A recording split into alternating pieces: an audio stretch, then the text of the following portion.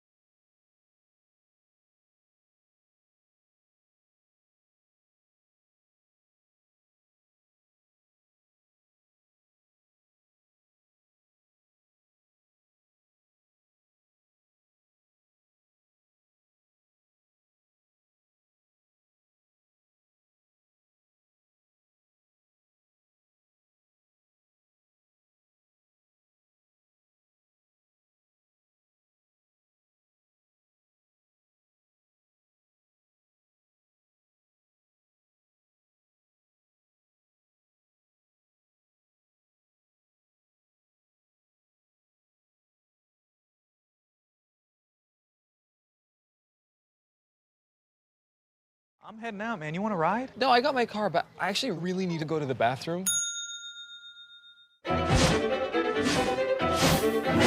Dude, are you okay? I am definitely buzzed. Yeah. I think I will take this and I will take that ride home.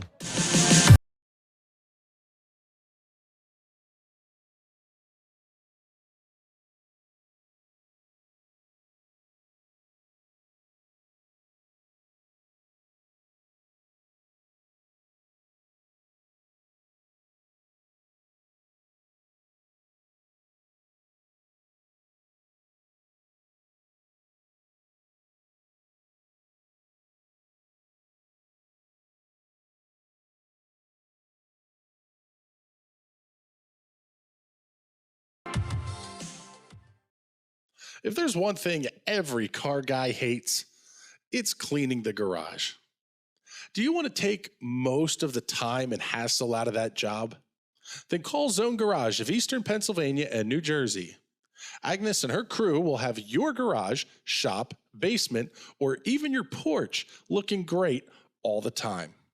With unique patterns and designs, plus the ability to incorporate your logo or any artwork, your space will never have looked better. Installation is done in 1 day, guaranteed, and Zone Garage offers a 20-year warranty on the top coat. Their coatings are durable, anti-slipped, and impact resistant.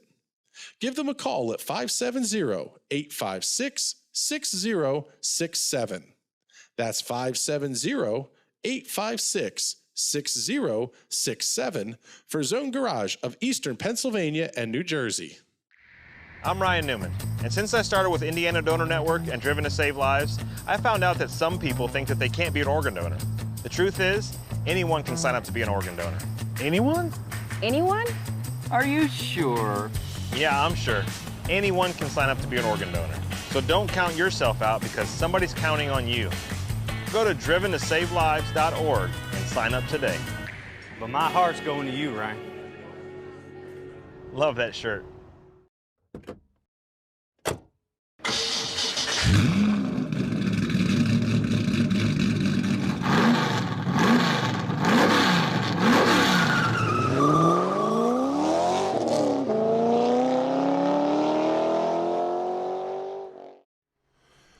Good evening, ladies and gentlemen. Welcome to another season of iRacing action here on the National Racing Network. My name is Chris Graham alongside Patrick Byrne, and we are proud to be debuting our coverage of the Fuel Premier Series, entering their 8th season of action tonight with a 36-car entry list and, quite frankly, participation numbers that see upper 20s to low 30s over the full length of the season.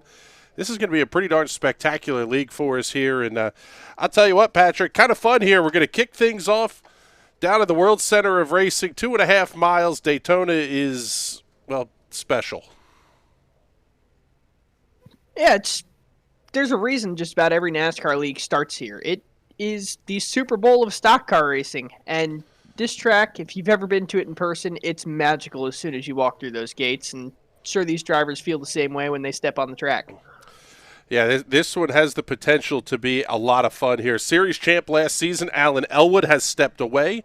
Last year's runner-up, Justin Morton, he's back. May have a chance to claim a title here. Third place finisher last season, Mike Stroll, also going to have a shot at claiming a championship.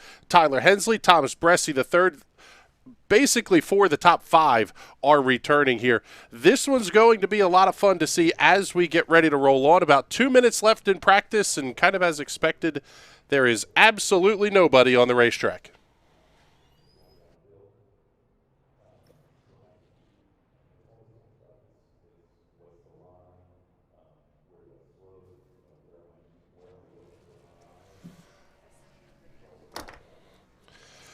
Looking over at the team's side of the competition, this one is really going to be interesting. There are several multi-car teams, 4 5-car entries here. Domination Intimidation Racing is going to have 5 cars on the grid. That total matched by Firelight Esports. So 10 of the 36 cars on the grid tonight are going to be coming from one of 2 teams tonight. But Patrick, just because you have a lot of team cars doesn't necessarily mean things are going to go your way. At a track like this, if they can keep communication together, it's going to be a huge benefit. However, the biggest problem I've seen with bigger teams is communication kind of breaks down. You get cars that are split up, and you have people talking over each other on 2 different strategies, and nobody's on the same page.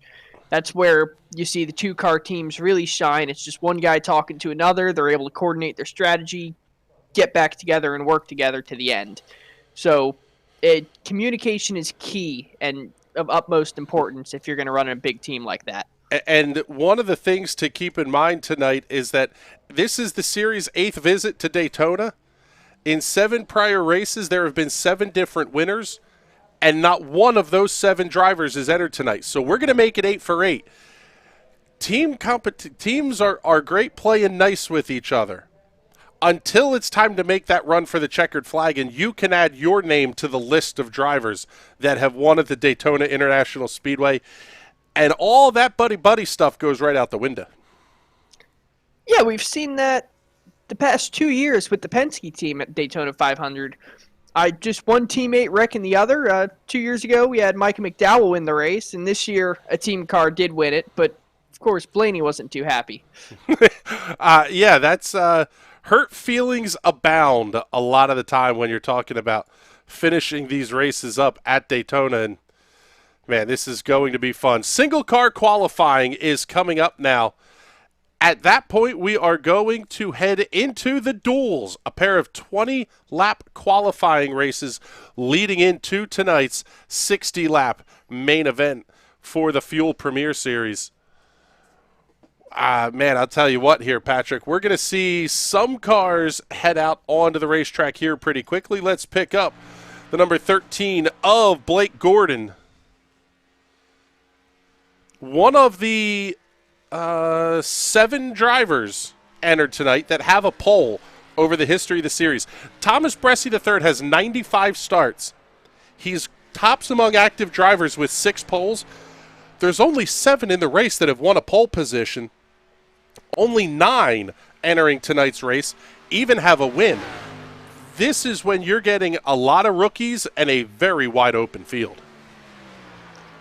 Yeah, and wide fields like this are really, really good because you have that pack at the front that's really fighting, going for the win, and then you have those cars at the back that can really shake things up, either become an underdog, take the race win away, or spice things up as a lap car and split the leaders apart and really make them rethink their decisions. So it becomes really fun on the strategy side, especially at the mile and a half, not so much Daytona or Talladega. Man, I am looking forward to this. It's not often you get to call the race and do all the big camera angles with absolutely massive fields, but we're going to get to do it here tonight. And I'll tell you what, a wide range here as well. I think the number 17 states and 2 Canadian provinces represented on the grid here tonight. Longest tow award for the race goes to Sonoma, California's Justin Morton. Thanks for the late change up there, Justin. I appreciate you, buddy. He's 2,848 miles away from Daytona International Speedway. The closest driver to the World Center of Racing tonight is Anderson, South Carolina's Brandon Wingard. Brandon's still over 400 miles away, so a little bit surprising there. Blake Gordon going to be the first one on to the top of the speed charts here in qualifications, with a lap time of 51.16 seconds, 175.919 miles per hour. Brandon Burkhart also getting a lap in. We'll pull the timing tower up here and show you where everybody's going to stack up as they get their laps turned. Gordon is done. Here's a guy you're going to get to hear a lot from over the course of the season, but probably not because of a very good reason. Following along now with a 94 of Boomer Logan, scheduled for shoulder surgery this coming Thursday. Going to have him out of the cockpit for 2, possibly 3 months.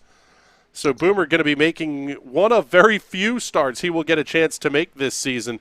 51.196 seconds on lap number 1. And I'll tell you what here, Patrick, one of the interesting things is, are you almost waiting for the sun to go down a little bit? What's the thought process here in terms of when you want to get out on the racetrack? If the sun is setting, you do want to go out a little later, a little bit of a cooler track. You're not going to be sliding around as much, which allows you to run a lot lower in the corners and not scrub off as much speed. We'll take a look here at the weather conditions presented by our friends at the Weather Center. Offensively accurate weather for eastern Pennsylvania. 78-degree ambient temperature. Winds going to be out of the northwest at 4 miles an hour. Partly cloudy skies. 81-degree track temperature. Things may drop a little bit, I guess, here, but probably not a ton. 5 o'clock is the time that is currently on the clock here. Blake Gordon still the fastest of them all at this point. His time of 175.919 miles per hour. Christopher. Hi, sorry. I want to jump in here real quick. We had a problem with the server, so we put up a new one. I don't know if you understood. I didn't want to interrupt you, but I was trying to get your attention. What's up, Mike? How are you, sir? Sorry, I'm Mike- one of the two admins, but we had a little technical difficulty with our server. And we had like it set it as a whole full field invert by accident, so we did put up another server. Okay, so then let's do this. Let's get the commercial break out of the way here. We'll hop into the new server. We will be back here in just a moment. This one's not our fault, we promise. This doesn't happen often either. We'll be right back. You're watching the Fuel Premiere Series right here on the National Racing Network. I'm heading out, man. You want to ride? No, I got my car, but I actually really need to go to the bathroom. Dude, are you okay? I am definitely buzzed. Yeah. I think I will take this and I will take that ride home. If there's one thing every car guy hates, it's cleaning the garage. Do you want to take most of the time and hassle out of that job? Then call Zone Garage of Eastern Pennsylvania and New Jersey. Agnes and her crew will have your garage, shop, basement, or even your porch looking great all the time. With unique patterns and designs, plus the ability to incorporate your logo or any artwork, your space will never have looked better. Installation is done in 1 day, guaranteed, and Zone Garage offers a 20-year warranty on the top coat. Their coatings are durable, anti-slipped, and impact resistant. Give them a call at 570-856-6067. That's 570-856-6067 for Zone Garage of Eastern Pennsylvania and New Jersey. Have you joined the fastest growing fantasy motorsports app yet? On Grid Rival, you can join leagues with your friends and manage your own fantasy team on what race fans are calling, hands down, the best fantasy motorsport app out there. F1 and MotoGP leagues are now live for the 2021 season. Joining a league on Grid Rival will make every race more exciting, more engaging, and of course, more competitive. Download Grid Rival now on your iPhone or Android smartphone. Grid Rival is an unofficial application and not associated with Formula One, MotoGP, or any of their athletes.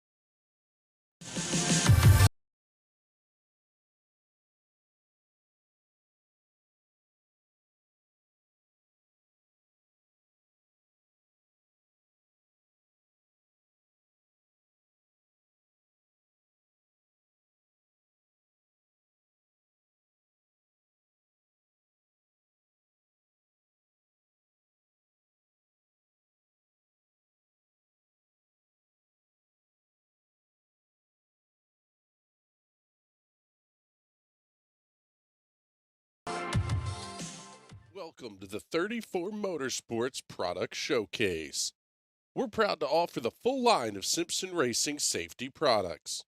The Shark Speedway is a perfect brain bucket to keep your melon as safe as possible. We carry every model and size of Hans device, and these have saved countless lives. The Hybrid Pro Lite is an alternative to the Hans device and is just as effective.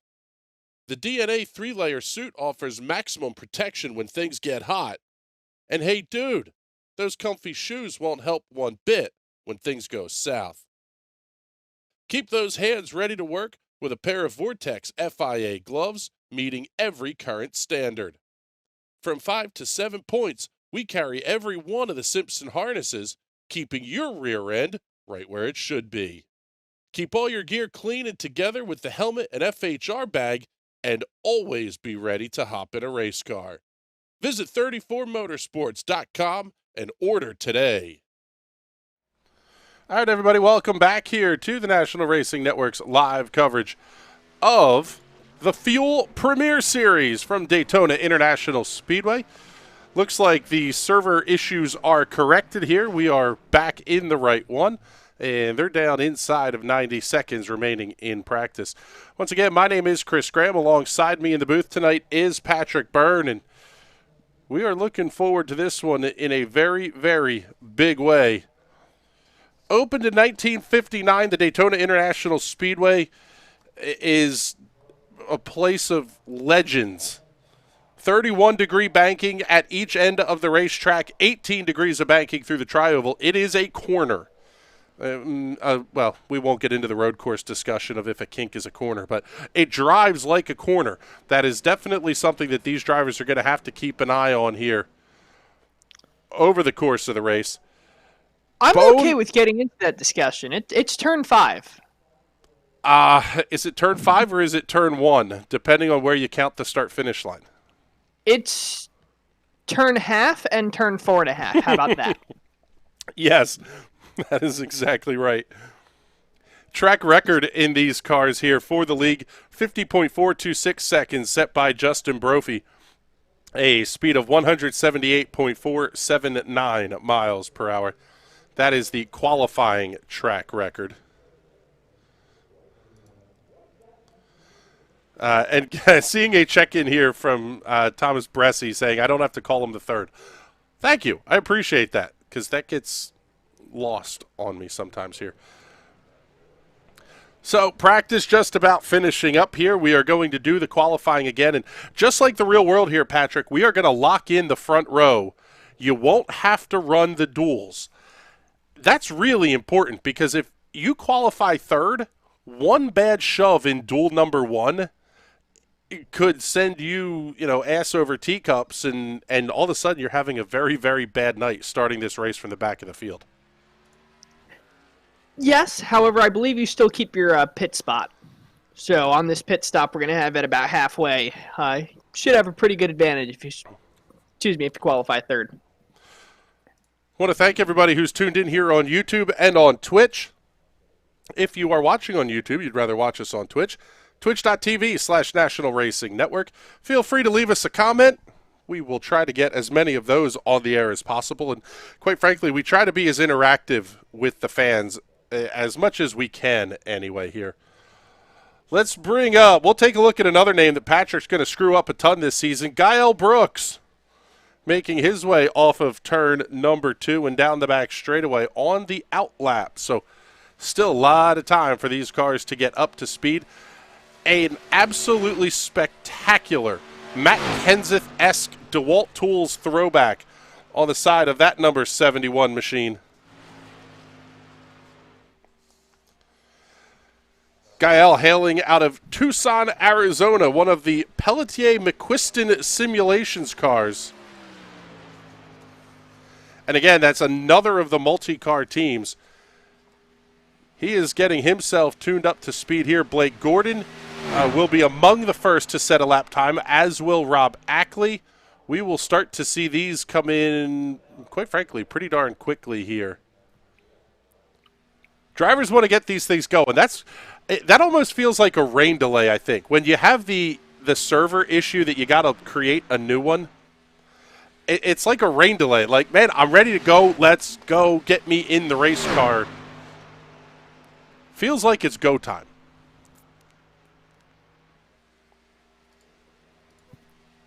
Yeah, you almost have to reset, and all those guys who already qualified, they're getting another qualifying run, but if they their time was faster in the previous session. They lose that, which really, it doesn't feel good because you know you had so much more in the car.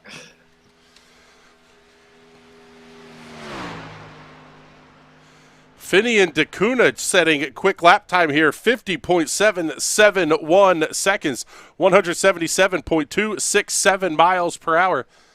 Alex Vasilio, Tyler Dulger, your top 3 right now, but only those top 2 are going to matter. And this is going to be tight over who's going to be the one to get the top 2 spots and lock into this show. The other part I would guess a little bit here, Patrick, is the way iRacing works, you don't have to run the duels. So you're actually losing out on some seat time by qualifying top 3. Or top 2, I should say. Yeah, if you qualify top 2, it'll lock you out of the duels. Because in iRacing, you do have to run them as a heat race. So you're losing out on that seat time, yes, but it gives you a chance to get up, get out of the sim rig, relax, calm your head, and then get ready to get back into that race car. Picking up the number 6, a Calvin Filarski out of Clemens, North Carolina. Another of the Pelletier McQuiston Simulations Ford Mustangs. Making his way down through the tri-oval. Rob Ackley to the top of the speed charts. 50.691 seconds. Thomas Bressie going to be second quick. 50.711. 177.476 miles per hour. Most of these drivers have now gotten their laps turned. Down to just a couple here that may be able to have a crack at the top of the board, but not many. Joe Dinsmore finishing up his run. Last driver who may have a shot here will be the number 92 DraftKings Ford Mustang of Chris Matthews. Unfortunately, don't have much information that we can give you on Chris here, but we'll have it for next week. His number 92, lap number 1, 50.837 seconds. Qualifying almost mindlessly boring here if you're behind the wheel, Patrick, and yet absolutely terrifying at the same time because any tiny miss of your marks is going to be enough to drop you. I mean, literally, Rob Ackley is less than 0.2 ahead of the entire field at this point. Yeah, every thousandth of a second counts here. Every 10 thousandths of a second counts here. You got to get that first lap right, run it right up against the wall. You've run it too high, you're kind of getting some reverberations off the wall with the air, so that slows you down. Then you come down, you got to ramp down the tri-oval right to get to your second lap. You don't want to start the second lap all the way at the bottom. You want to start the entry tri-oval high, swing down low, try and ramp down the banking. Then you want to sit low, but not too low. You'll bounce off the yellow line, or if you're too low, you'll scrub off speed of the car. And in all those little things, there's maybe half a tenth of a second between doing that and not doing that. So qualifying here is really, really, really tough.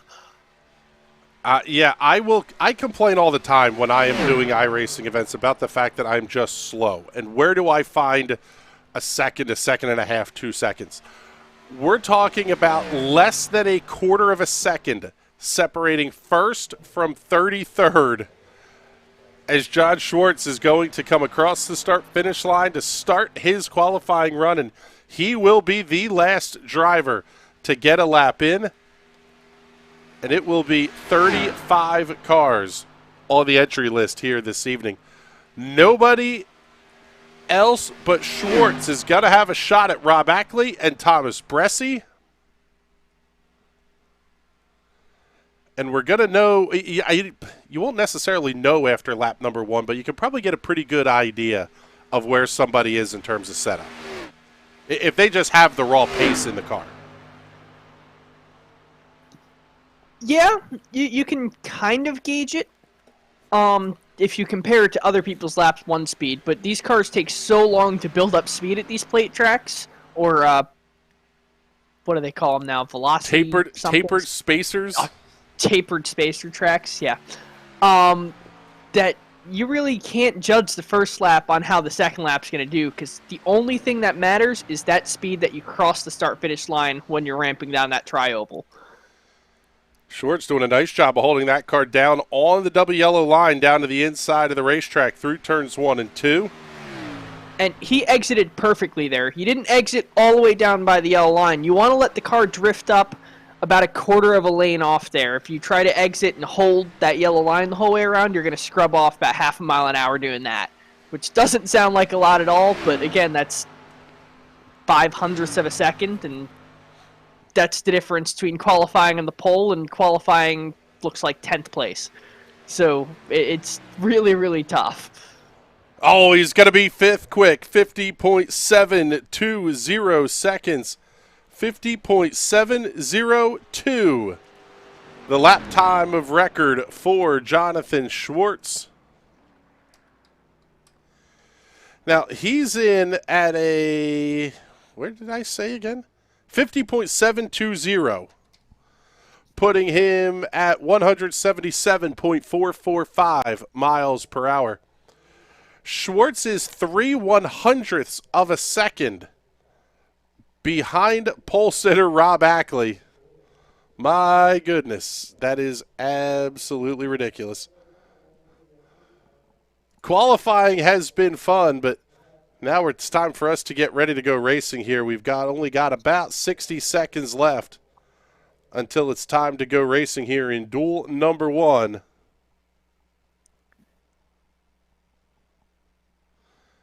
See, I was thinking about it a little bit. I think Rob Ackley and Thomas Bresci are in the best spot right now. If you're thinking about my last big run where I skipped all the heat races, which was Skippy Cross last year. Qualified on the pole, skipped all the heat races, all the consi. It was about 3 hours between when I got pole position and I ran the feature.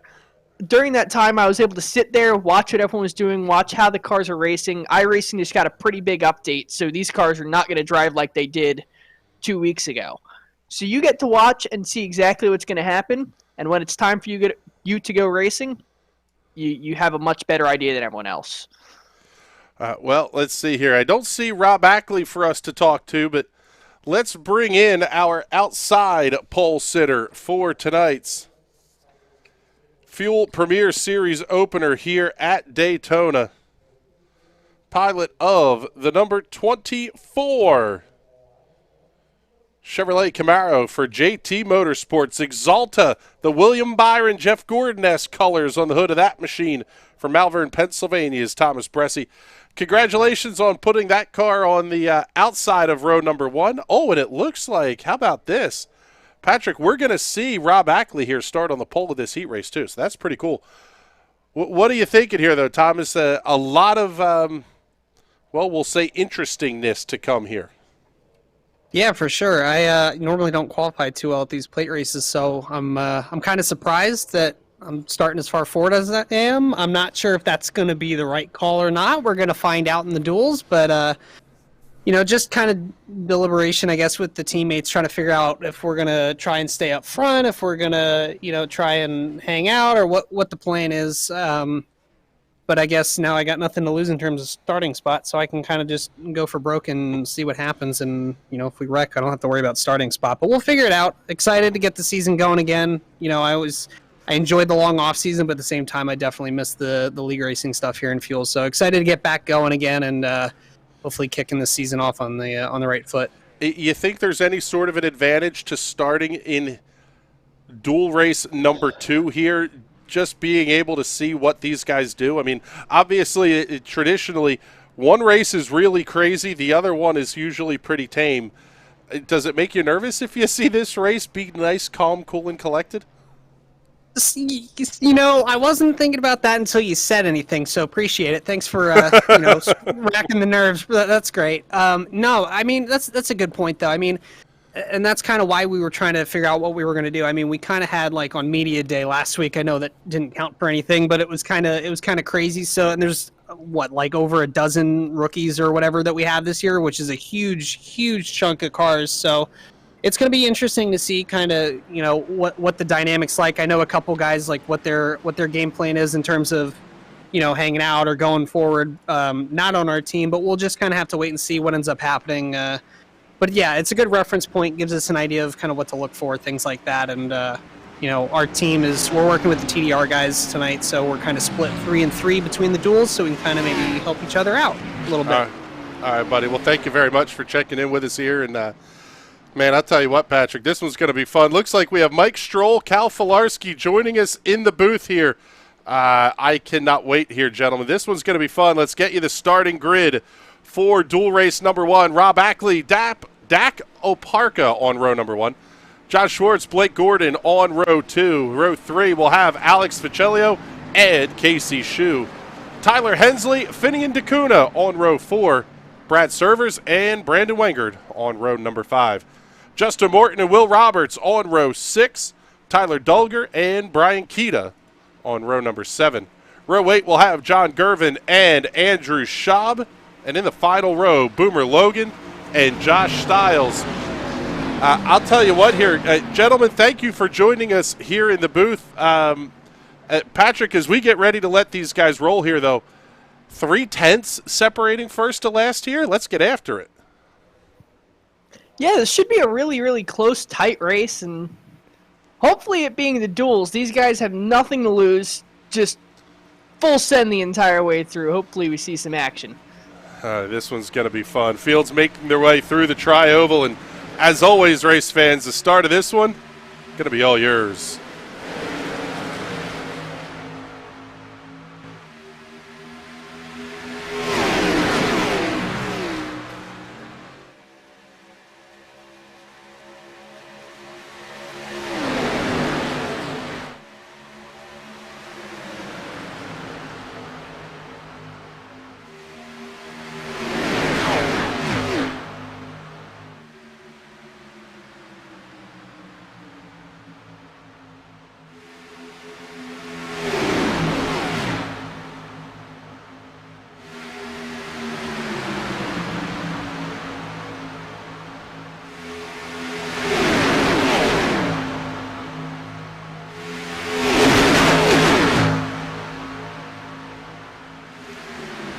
Lap number 1 will go in the scorebooks, and it will belong to Rob Ackley at the head of the field.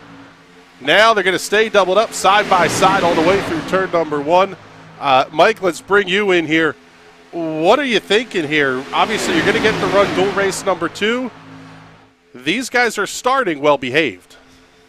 Well, I'm thinking here is Rob Ackley, he might have the pole, but he needs to stay up front. The guys in the back, this is a short race. If you want to start up front in this league, the track position is key. Those guys in the back got to make a move early and position themselves for the first pit stop. I think they have to make at least one more pit stop. As you look at John Schwartz trying to make a run on the outside here, try to take the lead. Man, this is going to be fun. That would be interesting to me if they have to make a stop. The numbers that I was coming up with were 30-ish laps they were going to be able to do on a tank of fuel. So that, to me, would say kind of balls out, run all the way through. But, Cal, one of the things here is if you do have to make the pit stop, it sort of changes the way you might play this from a strategy perspective.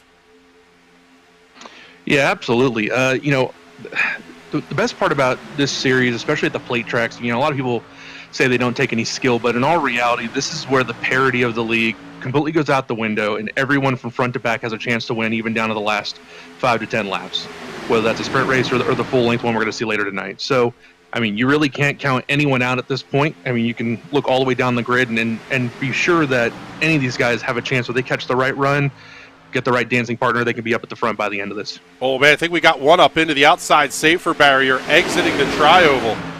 That may have been the 10 of Dak Oparka. I was going to say, they were getting feisty back there. I saw a 3-4 wide racing through the tri-oval. Yeah, it looked like he got shuffled out for a second, and then he got caught in the wall through the tri-oval, and now he has to fall to the back. He's going to have a lot of work to do to get back up front if he wants to start there. Man, that is not the way you want to start the race here. Let's take a look here and see if, you can see the left-hand side of that number 10 Skidmark Central Toyota Supra. Pretty banged up here, or at least a little bit of damage anyway. So he's going to have some work to do if he wants to hold on to the draft. Yeah, that'll affect the handling if he ever gets out front, but he should be okay with, running that pack behind everybody.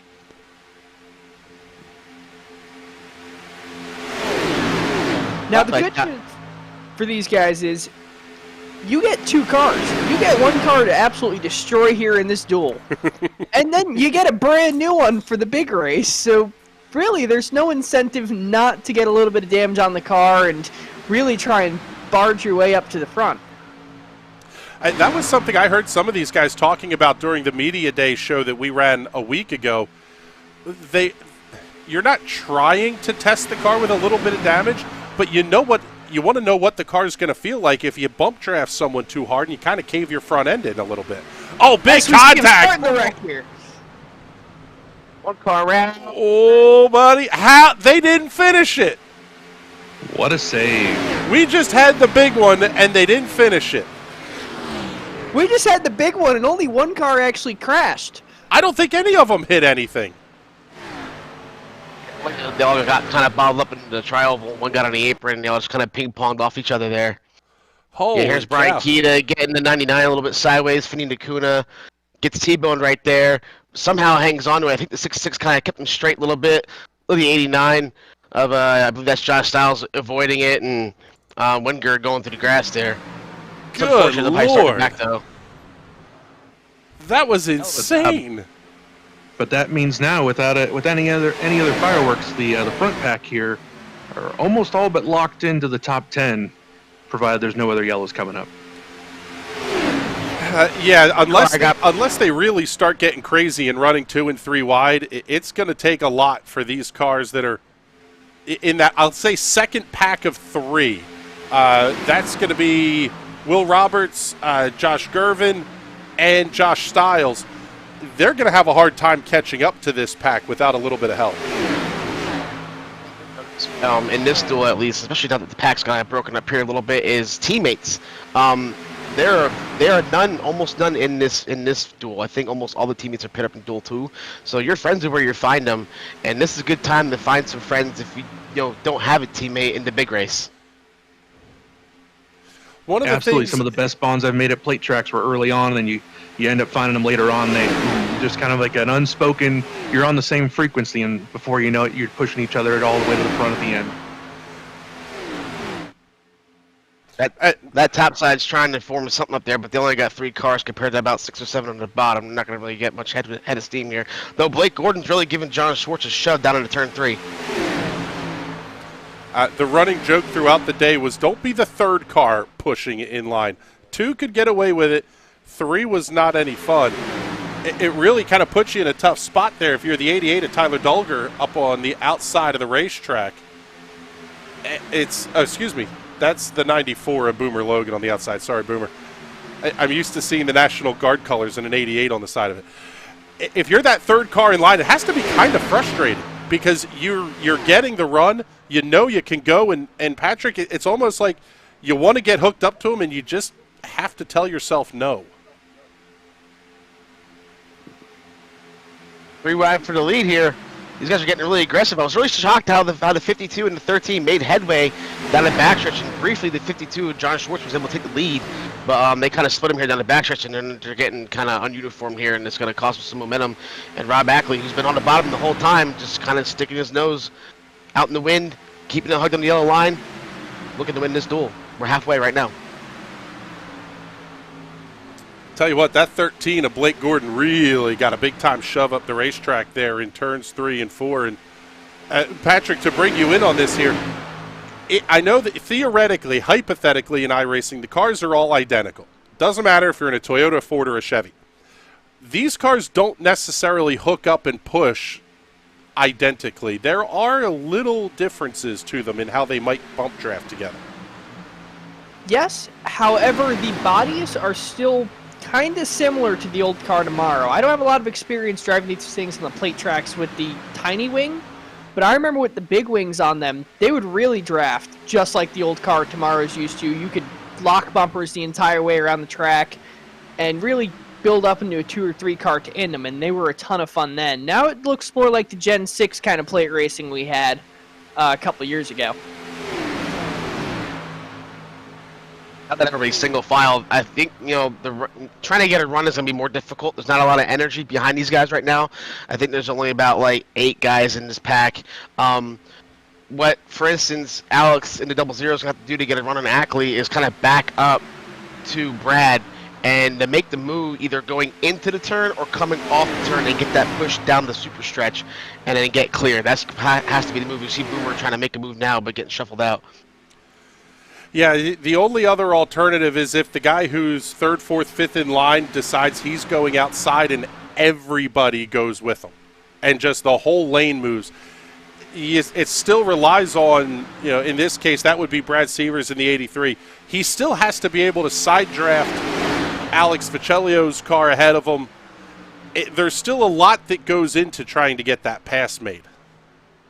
Right now what I'm seeing is Boomer has to be tucked up and be behind the 52 tight. And when the 52 is coming, if Brad wants to jump out and get that run and get that push, that's really the only way. They're kind of getting something going on right here. Last time they tried this, they had 3 cars. They were able to make it work. But not everybody works together the same. So we'll see how well Boomer is able to push to the 52 here. Just past the halfway point. It'll be 8 laps remaining here in dual race number 1. And if I'm the guys in dual race number 2, I'm starting to sweat a little bit. Because if this one is going to be calm, that one is very likely to not be. I think they may take Patrick's advice and start wadding up race cars in race number 2. Want to remind everybody, give us the shout here on YouTube and on Twitch. Comment us, let us know where you're watching from, who you're rooting for tonight. Hopefully y'all are enjoying the show. Well, what do you think is going to happen here? The top side seems to be getting a little bit more some energy here. Trying to make it run to the end here. One of the interesting things, and I forget what car it was that I was driving, but they were discussing, may have even been the next-gen car, discussing the fact that ordinarily when you side draft someone, you're using that to slow down the momentum of the car ahead. That's what we're going to see here, where you sort of have to use that side draft to slow down the car you're trying to pass, as opposed to being a slingshot for you and an increase in speed. Yeah, side drafting has really become big in the modern era in NASCAR. Dale Earnhardt really figured it out in the late 90s, but no one else could really get a grasp on it until now. And it's basically the biggest tool you have in your tool belt, where you just pull up right up next to somebody and you slow them down. It slows that entire line of cars down, and you can gain 5, 6, 7 positions, take over the lead, and just run away with it for a little bit. I mean, but it does require a certain level of bravery, because you got to get right up next to somebody and trust that they'll be able to hold their line, and just like you'll be able to hold your line. It's sometimes in the sim it does not go according to plan, we'll say. Well, in the real world, you don't have to worry about netcode. I was going to say, you not only have to trust them, but you have to trust their ISP too. Otherwise, someone's going to crash. Seeing Ackley and Viccellio still bumpers locked all the way down the super stretch. Oh, big slide, one up into the wall. One car going around. Looks like that was Josh Stiles going around. So now we're going to be down to a 6-car pack at the front. We've separated out once again. Blake Gordon, Tyler Dulger falling off the back of that group. Actually, Gordon the 13 right at the tail end of this group. And it's going to be Boomer Logan and Tyler Dulger. Looks like falling back a little bit. These guys are changing positions so fast. Every time I look, their names are moving. Dulger and Shu are the two that are a little bit back in this 6-car battle at the front of the field. Rob Ackley, Alex Viccellio, Brad Servers, Blake Gordon, Jonathan Schwartz, and Boomer Logan. It's the run Boomer wanted to have, that's for sure. Yeah, it looked like Dulger was having a little bit of trouble on his corner entry, keeping things nice and tidy. And, one too many times he was wiggling, getting into the corner, and that time he just touched the apron and went along for the ride. So as it stands right now, only Tyler Hensley will be out of this race. He will start in the 35th position here tonight. Or at least all the way at the tail end of the inside row. Dual race number 1 setting the grid for the the inside lanes of tonight's 60-lap feature. Dual race number 2 coming up here in just a couple of minutes. We'll set the grid for the outside of the rows, with the exception of Rob Ackley and Thomas Bressi, who are going to start tonight's race from the front row. So, Calvin, as we come down to 3 to go here, we got, like 5 or 6 cars in this pack to settle this win. Rob Ackley's been out there. He's pretty much dominated this first duel. What are you looking for as we see John Shorts trying to make something happen? Who do you see pairing up to try to dethrone him for this win? Well, I mean, Blake's had a decent amount of success in this league over the last few seasons.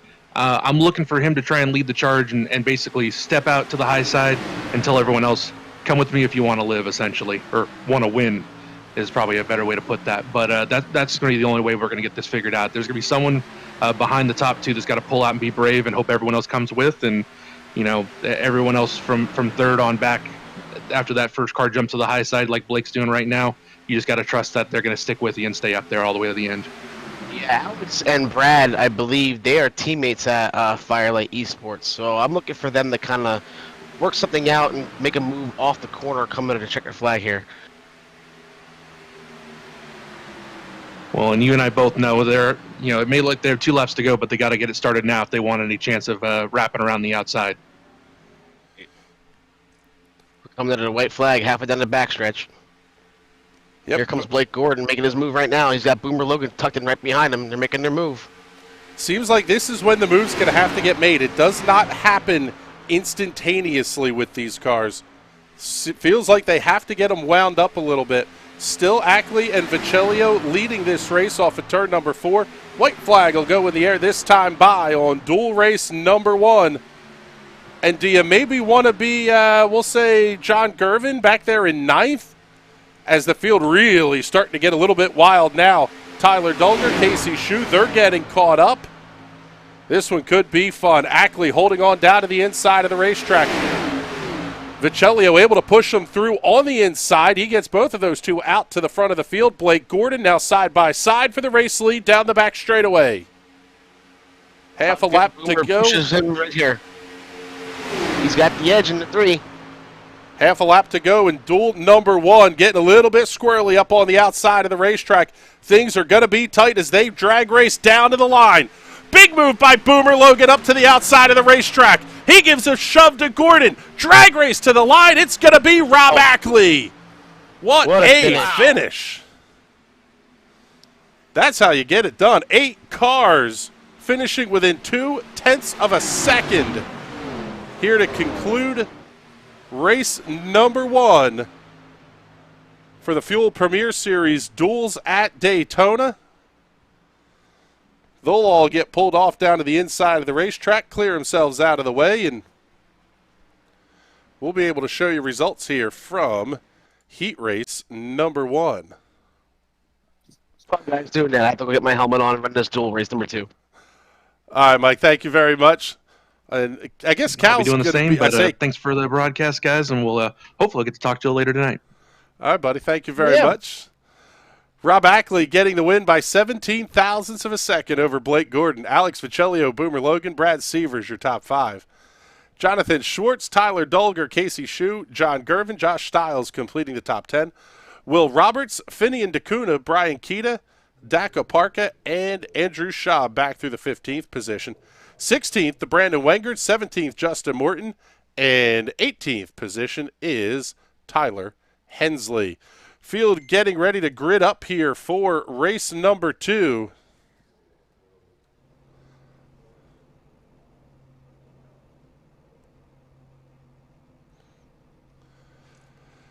Man, I'll tell you what, Patrick, that was insanity all around. We got a 4-man booth, a great race out on the racetrack. That was, well, it was a little crazy. Maybe not anything psychotic or whatnot, but still a whole lot of fun.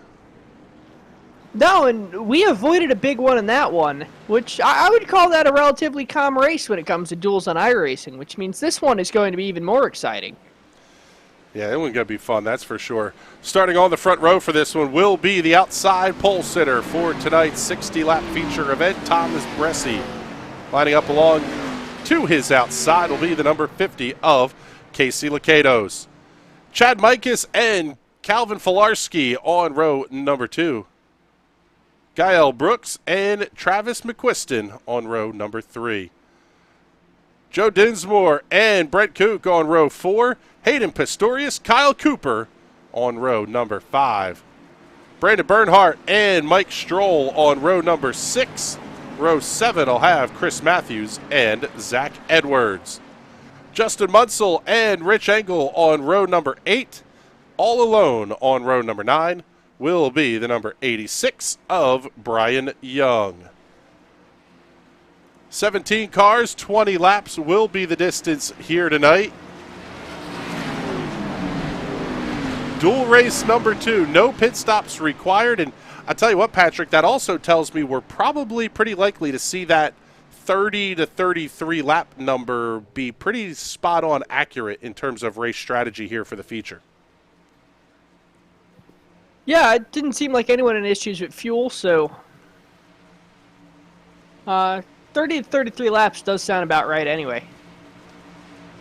Pace truck is in. Once again, race fans, lap number 1 here, gonna be all yours.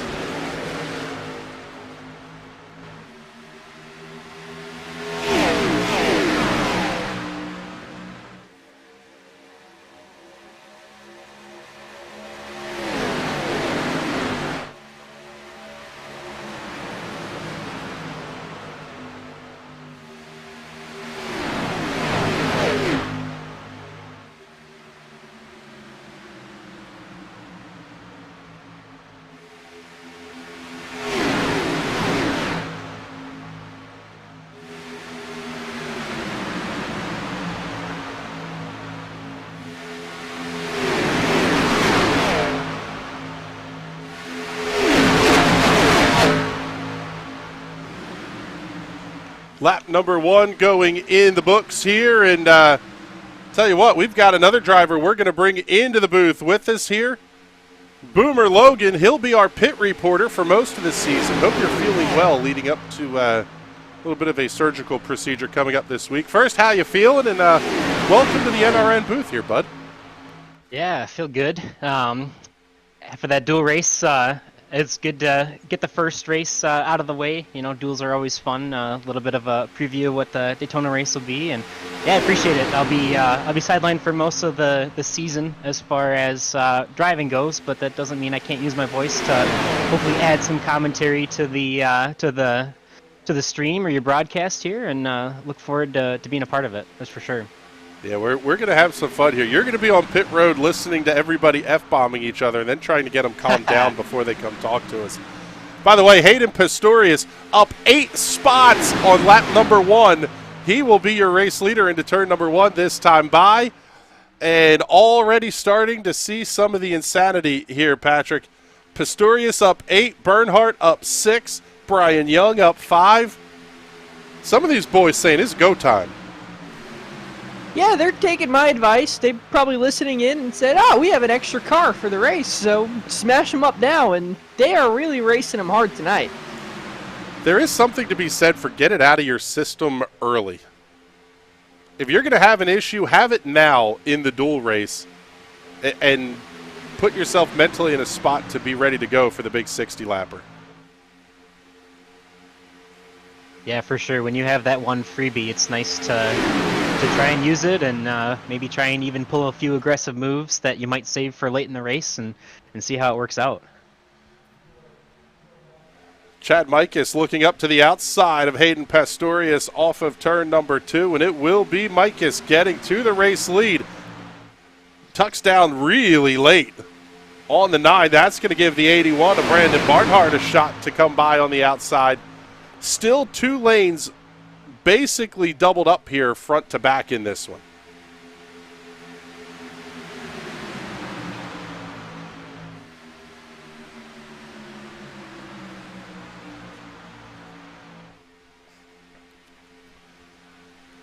Patrick, one of these deals that when you're running a 20-lap race, it sort of feels like it's always go time.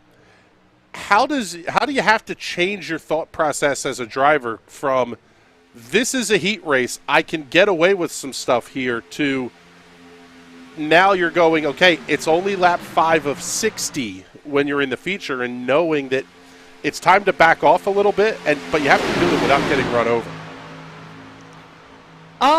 I would say it's best to stay in the groove. If you're good at go time and you're good at just staying up front and being aggressive, you stick to that. Because when you change up your strategy, change up how you drive, that is when you make mistakes. Not so much when you're driving hard. So Chad Mikas going to lead the field back to turn number 1. Casey Lakatos and Thomas Bresci were almost hooked up nose to tail coming off of turn number 4. Top 4 all single file, 5th on back. All packed up in a tight bunch here as they get ready to hit turn number 3.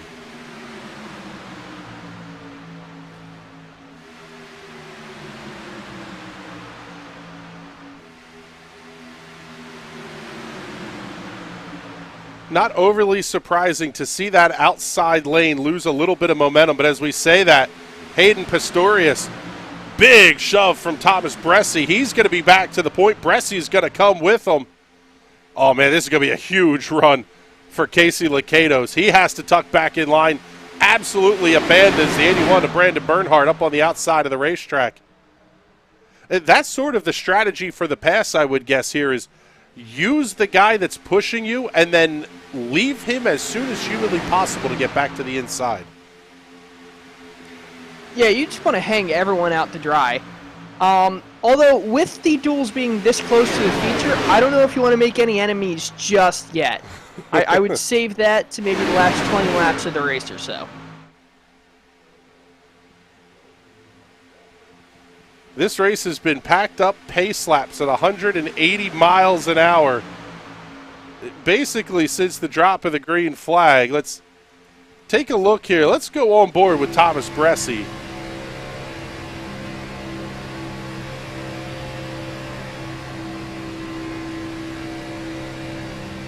He's got a fantastic look at that Hooters car in front of him, and right across straight from this track, a little bit ways up the road, is the most fantastic Hooters I've ever been in. Throw the girls out the window. They've got so much NASCAR merchandise in there, it's fantastic. Only you would say that. The girls are pretty good over there, too. Only you. There it is. Chad Mikas, Hayden Pistorius leading the field back through the tri-oval. Going to put lap number 9 up on the scoreboard. Getting very close to halfway. Still haven't seen any of the big saves that we saw in race number 1. Almost you would dare to say this race is a little bit calmer than what we saw in race 1. Only because it seems like everybody holding a very pretty wheel at this point. You're running side by side, but we're just hanging out. We're not even halfway in this one yet. These guys are just getting the turbos spooled up and getting ready to go. Yeah, as you say that, big shot up the middle of the racetrack by the 98 of Justin Munsell. He's going to try to get that third groove started. Oh. Yeah, it's amazing what you can do up the middle. That suck just, in the real world, it seems like it just pushes you straight to the back, but in the sim, for whatever reason, you get in the middle and it just kind of sucks you forward. But it's really dicey, especially at Daytona, to be 3 wide for that long. So if you can hold on to it, it'll pay off. But if you get pinched or you don't run on the room, it's game over. So what you're saying, Boomer, is embrace the suck. Embrace the suck. One car way up against the outside. I believe that's going to be the number 6 of Calvin Filarski. Finally going to get tucked back in line. Chad Mikas now back to the 4th position. Cross flags are up. We are halfway home here in dual race number 2. And coming up immediately after this, it will be feature time for tonight's 150-mile, 60-lap feature event.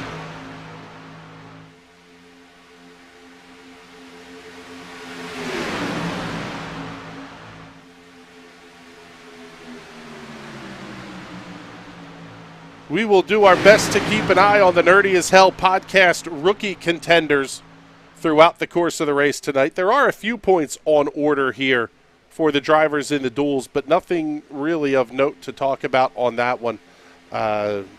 Once we get through the race here, we will identify your top finishing rookie and hopefully get them in for an interview. Also, the Primate Pest Elimination Hard Charger Award, that currently belongs to Hayden Pistorius. He's up 8 and leading the race, but still got a long way to go in that one. The Chance 3 Design Shop Pole Award tonight going to Rob Ackley. And hopefully we can get a chance to talk to Rob before tonight's feature event goes green, but man, things are really getting dicey now. And how about the 8 of Mike Stroll? He was doing this all night during media day. He absolutely loves to run that shot up the middle. And if you trust the guys on both sides of you the whole way up the field, you can run that middle. As long as your hands are stable enough and you have confidence in your car and everyone around you, you can send it up there and you'll pick up a ton of spots. You just got to hope someone lets you slot in line either high or low. Yeah, there's definitely a lot of experience in this league, especially as far as the plate racing goes. There's quite a few people out there that you can trust to run side by side or three wide with, have a lot of fun. So it's fun to see the aggression, even if not so much in this race just yet, but I'm sure it'll be coming here in the last closing laps. Well, and Boomer, Daytona is very much not Talladega. It is significantly narrower. 3 wide here is a whole lot sketchier than running 3 wide at Talladega. I would say you're safer running 4 wide at Talladega than 3 wide here. I would definitely bet on that for sure.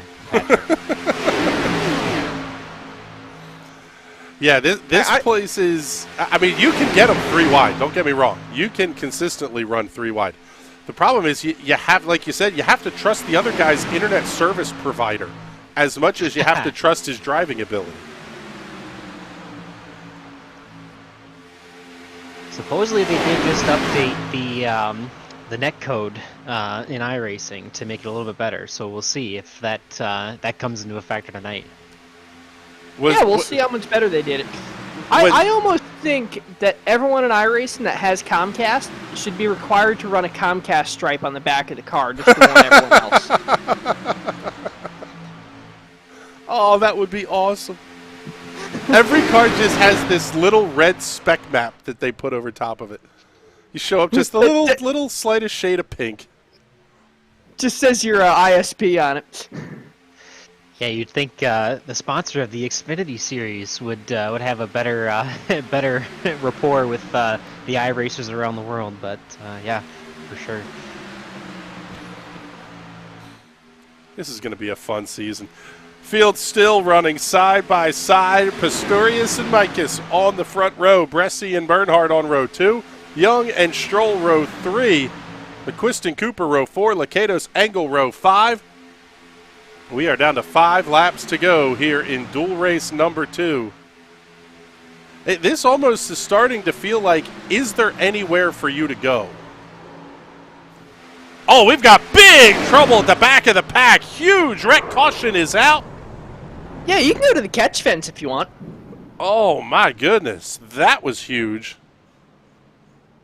Several cars. You can't park there.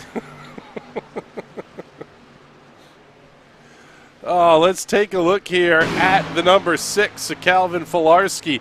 Oh, big time contact. Huge hit. 71 up and over into the catch fence. And we're going to wad up about 6 race cars here late in this one. That 14 was Zach a mess. Edwards might have touched the wall just a little bit there. Yeah, he bounced it off the safer barrier, and man, that was a mess. That 71 machine is all sorts of junk.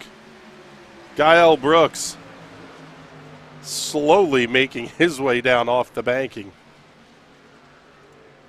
Yeah, it usually helps when you have a front bumper here at Daytona or any of the super speedways for sure. So we see the 65 of Brent Kook on pit lane, as is the 6 of Calvin Filarski. Big time damage repair coming for that number 6 machine. The 92 of Chris Matthews just getting to his pit box. Guile Brooks able to drive that very wounded number 71 back to pit lane. But doing so without power, it sounds like. He's leading the modified division, but this is not Martinsville. 14 is Zach Edwards, also on pit lane as we pick up your race leaders. Going to leave us 12 cars with a shot at this one. And I'll tell you what here, Patrick, we're down to now 3 laps to go. There is not going to be much left by the time we're ready to go green here. No, it's going to be a straight-up shootout to the finish.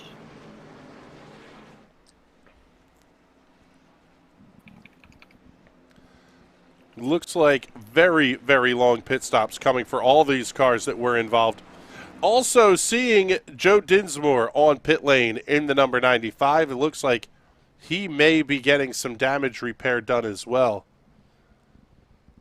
I don't think we're to a point yet, gentlemen, here where things like taking 2 tires for a short sprint or something like that really doesn't matter here at Daytona. No, I've won races at Daytona and Talladega not taking tires the entire race. They're important, you need them, but they're not the end of the world. It's definitely dicey when you're at the end of the fuel window on tires, but with 20 laps here, it shouldn't be too bad. Yeah, if you want to get really crazy, you could push them about 90, and as long as they don't blow out on you, you could still drive the car around here pretty fast. Yeah, you don't want the meatball. That's the big one. So we'll see if we're going to get the lights to go out on the iRacing safety car here next time by. Roddy's Racing checking in. Is there a limit on how many drivers you can have in a team? I don't think so. Roddy's Racing? Roddy's Racing? Roddy's? Whatever. I don't believe there is a current limit. Yeah, I don't think the league has imposed one. Don't tell that to James Watson. I was just about to say, don't tell that to Team Watson Racing. You guys will have a flotilla of neon-painted cars showing up next week. Oh, we can run a 15-car team? The Spanish sent fewer boats to conquer the English Navy back in the 1500s, and James Watson will show up with here next week. Looks like your lights are out on the iRacing safety car. Pace truck, we'll call it here at Daytona. So we are going to go back to green flag racing, and it's going to be a shootout. This is going to be awesome.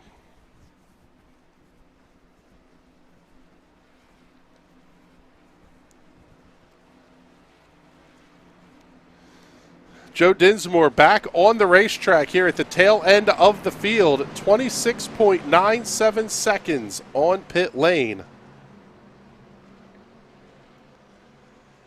And by the looks of it, I think this will be a green-white checkered finish. I could be wrong, but I am currently seeing 2.3 laps to go. And the ticker is saying lap 19 of 20. Yeah, I think our session's telling us GWC 1 of 3. The only thing better than one green-white checkered is all the green-white checkers. iRacing will let you run up to 15, and I haven't seen that yet, but I've been doing my hardest to try it. Yeah, I think historically the league's always been 3, but it's definitely fun to watch them, that's for sure, no matter how many there are. Green flag back in the air. It is Fuel Series overtime. Pistorius and Mikus leading the field back towards turn number 1. Great push from Thomas Bresci onto the back of Pistorius. Down towards 1, not nearly as good of a shove. Out of the 86 of Brian Young.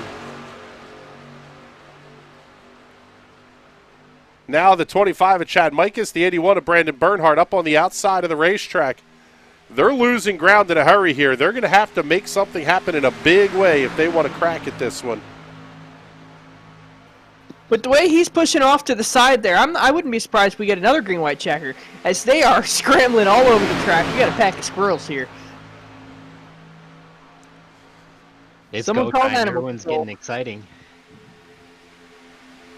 Off at turn number 4, they will see the white flag if they get back to the start-finish line. They do. White flag is out. 1 lap to go here at Daytona. Bresci up to the outside of the racetrack. Leaves Pistorius down on the inside. Bresci wants to win duel number 2. Oh, but he gets a big shove from Mikas. Wow, what a save by Thomas Bresci on the high side. It's going to bring everybody on the inside lane right back into play. 3 wide at the front of the field down the super stretch. They are beating and banging in a big way. Oh, man. Oh, they're going to wad him up at the back. It's going to be a 6-car dance for the race win. Off at turn number 4, Pistorius right back to where he's been. Oh, but a huge shove. He's down inside the yellow line. Checkered flag is in the air. Hayden Pistorius gets the win over Chad Mikas, Brian Young, Brandon Bernhardt, and Travis McQuiston. Your top 5. How about 6 cars within 0.2 of a second here at the conclusion of duel race number 2. That was fun. Yeah, buddy.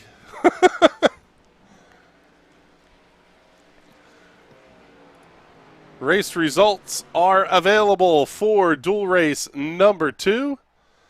It is Hayden Pistorius by, we'll call it 0.06 of a second over Chad Mikas.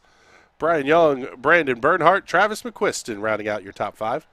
Justin Munsell, Thomas Bresci, Joe Dinsmore, Casey Lakatos, and Kyle Cooper, your top 10. Mike Stroll, Rich Engel, Cal Filarski, Chris Matthews, and Brett Kook back through the 15th position. 16th to Guile Brooks, 17th Zach Edwards. These guys are going to get a very short warm-up session, so we are going to step away here for just a moment. You are watching Fuel Premier Series action from Daytona. The Firelight Esports 150 is coming up next, right here on the National Racing Network.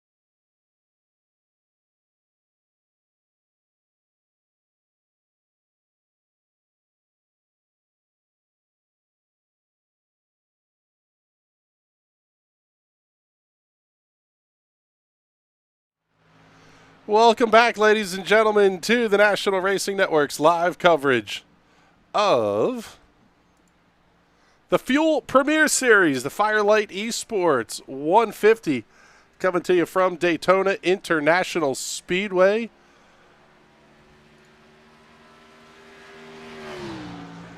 Our buddy DeWeather Center checking in the comments. I'm just here for the Palmertoning. Hey, you just wait there, Peter. And we do have a name now. Cars are no longer squirrely. They're Butters, for Butters the Squirrel. I think, yes.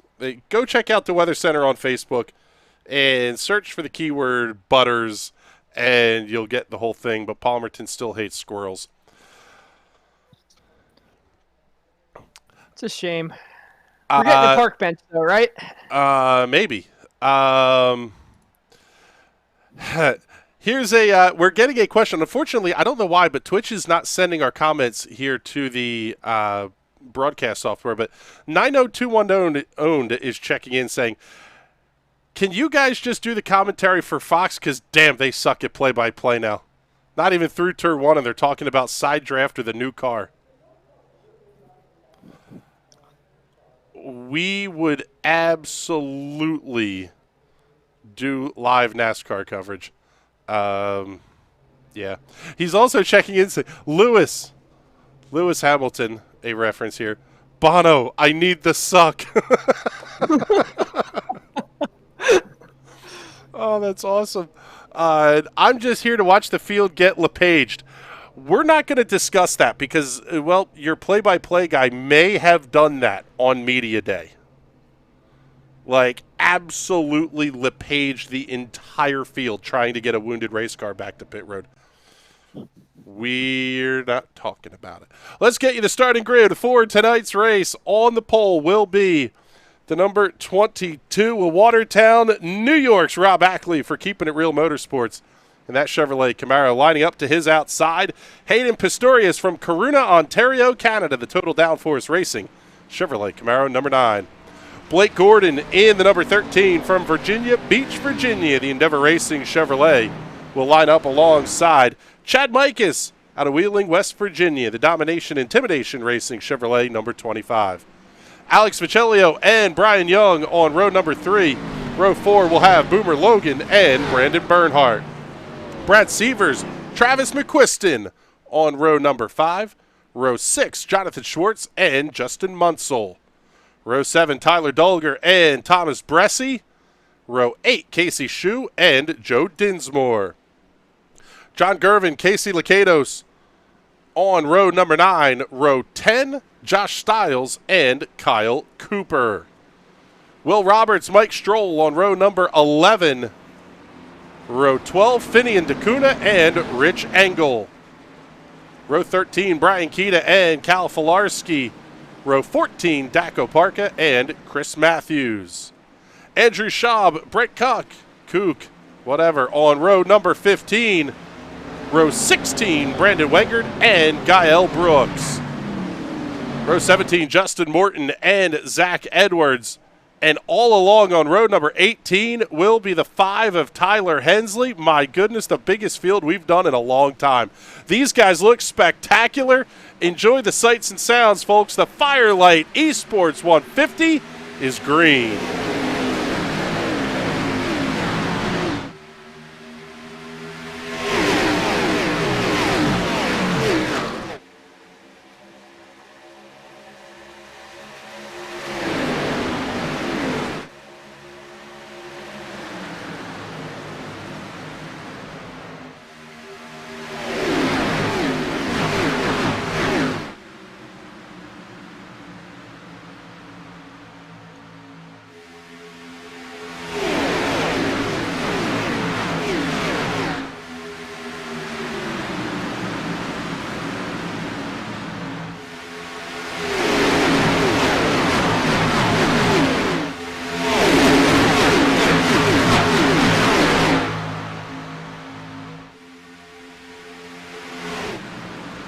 Lap number 1 is in the books. 59 laps to go, and it will be Rob Ackley leading the field. Tell you what, Patrick, it's even in the booth here, it's kind of like the nerves are up. You're kind of on edge. Now it's time to settle in, hit your marks, and just go racing here. Yeah, got a long way to go. Just try and keep up with that front pack and keep yourself in the game. Come time for that round of pit stops, we're back to the round of sprint racing, and that's when you really got to go at it. Bresci and Pistorius leading the field here. Ackley back to the third position. He's on the inside lane. Brian Young up on the outside of row number 2. They're doing pace laps here, but here's the interesting thing I'm seeing already, Patrick. We're getting a separation here. Could 30 laps be a bit of an ask for these cars? Either that, or you had a couple of cars in the middle kind of bobble and break them away from the back a little bit. I mean, yeah, this sort of has that look of I can run about 85-90% throttle and stay in contention, but if the race goes green to lap 30, maybe it could be tight.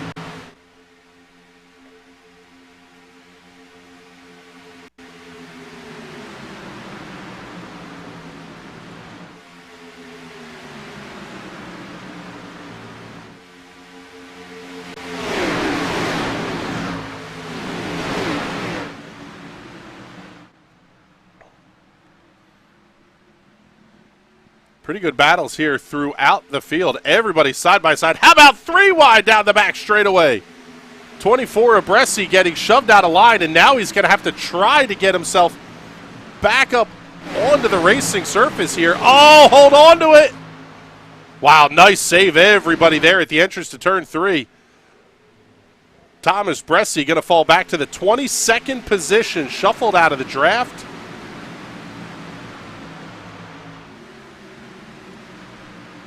Things still pretty wild here at the front of the field.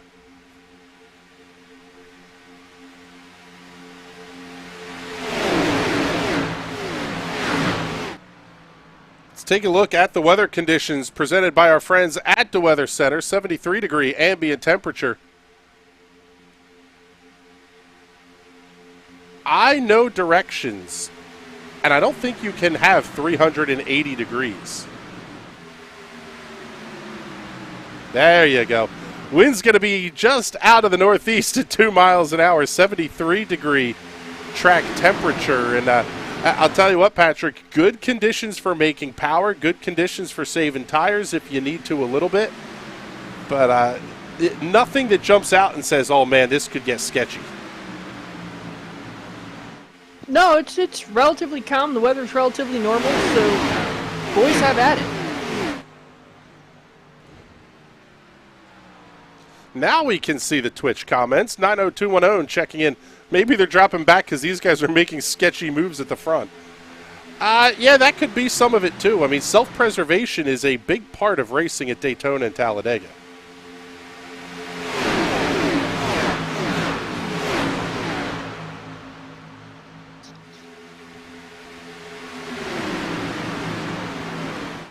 One thing I am noticing here, Patrick, there's not a ton of bump drafting going on, even amongst these cars at the front of the field. Seems like everybody doing a little bit of brake dragging, maybe a tiny bit of lift. Just no need to get real super aggressive with that early on.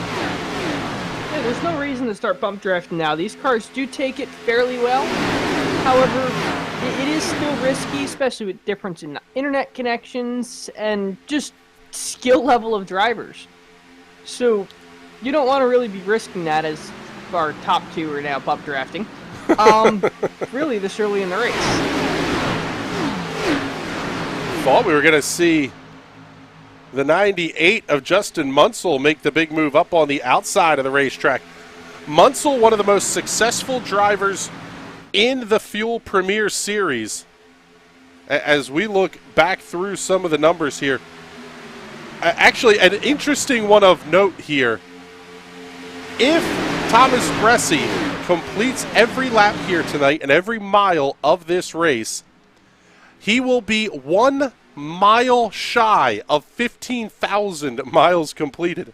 $14,999 will be his total after tonight's race. A lot of these guys are consistently good in terms of incidents per race and keeping the cars clean. But again, a lot of experience here we're seeing.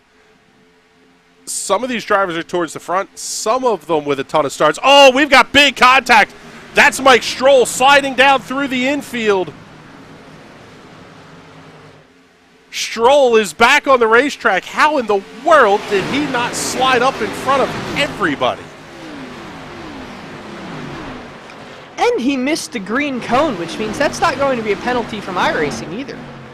Caution flag is out here at lap number 9. Oh my goodness. Hold up. Let's find that replay. Chad Mikus was the other car involved here. Oh yeah, he got the 8 of Stroll, got a big time shove. Nice save by the 25 of Mikus as well, keeping that car from sliding onto pit lane. Let's see here. Let's get you a little bit different look here for this one. See what happened to Mike Stroll. Oh, yeah, he just got hooked. Punterino down the front straightaway. Kept the foot in it. Stays to the outside of the cone. That's an experienced piece of driving. Hell, he stayed in the draft, too. Yeah, he really didn't lose all that much. 902-1 owned. That car turned left like Mark Martin. That was one of the wildest wrecks I have ever seen. Mark Martin at Talladega. That car, I think it was Talladega. It might have been Daytona, but I'm pretty sure it was Talladega. He just made a left, middle of the tri-oval, and dead straight. There was nothing stopping that race car until he ran over a couple of sections of chain link fencing. So now we're at lap number 10 here. If you were a little bit concerned about fuel, those concerns have gone out the window. If you were good on fuel, then it becomes more of a discussion of, do you come down to pit and when? Because we could be pretty close to the number, and we are seeing a handful of drivers coming down pit load, being led by Brandon Bernhardt.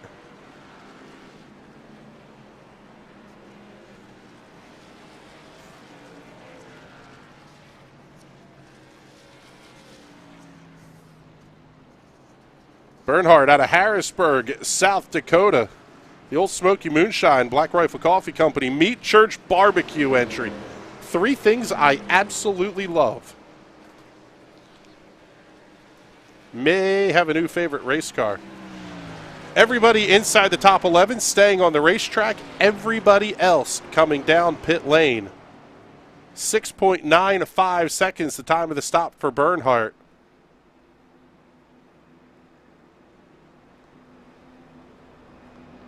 Oh, that's right. 90210 check-in. God, this is why we like talking to you guys. Daytona was where his steering wheel broke, and he just went left into Jimmy Johnson under the pace car. Yes. I don't remember if that was the wheel fell off, like the quick release broke and the wheel fell off, or if the whole wheel itself actually broke. But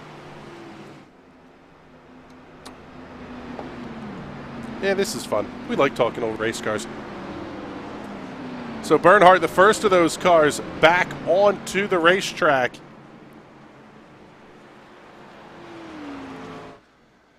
And here is a look at Rob Ackley. He was your pole sitter tonight. The Mara Racing Network on the side of that number 22 machine. Ackley, one of the Nerdy as Hell podcast Rookie of the Year contenders. And we mentioned there are a lot of them. In fact, about a third of the field tonight will be a member of the rookie class. 10 of those 13 are making their first career Fuel Series start.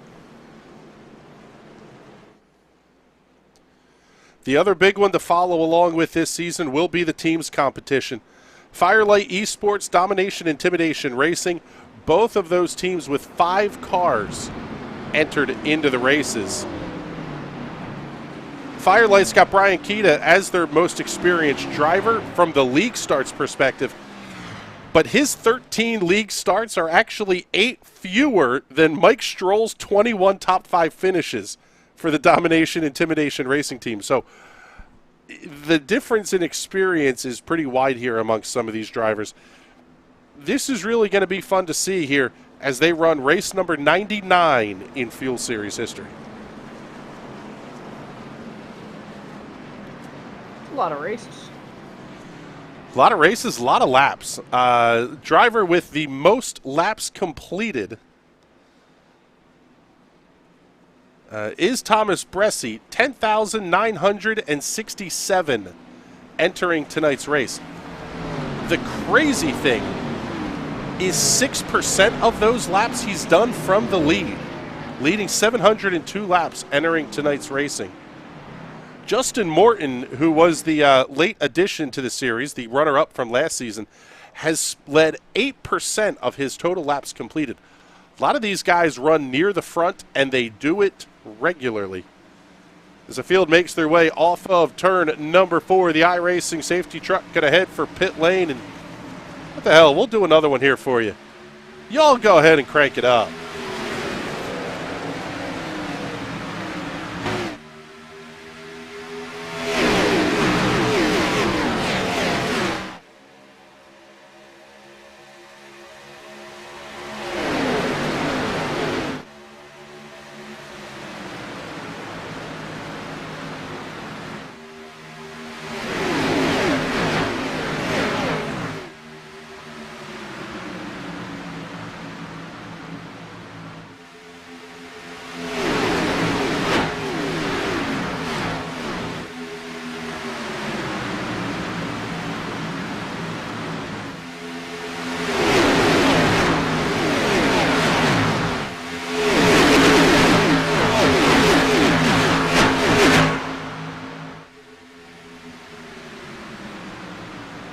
One lap back under green after the first caution flag of the race for a 2-car incident. We've got one car screaming down the pit lane. Not sure who that was. Mike Stroll still sitting on pit lane with a very lengthy repair job. He's over 4 minutes and 40 seconds at this point. Once again, seeing the field start to split off into 2 packs here.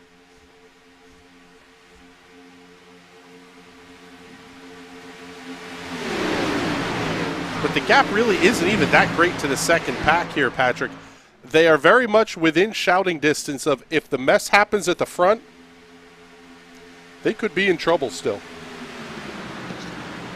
Yeah, basically with how close all these cars are at, nobody is safe from the danger. And the more cars you have in between you and the accident, the worse, because all of them are just going to start ping-ponging off each other and spreading themselves all over the track.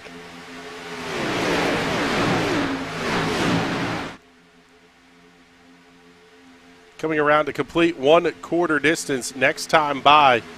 This angle from Mike Bagley's perch on the Daytona Super Stretch.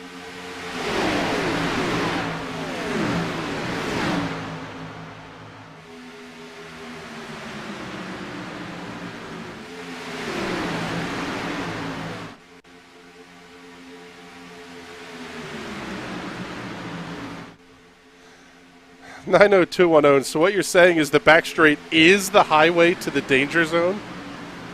Yes. Cue the Kenny Loggins.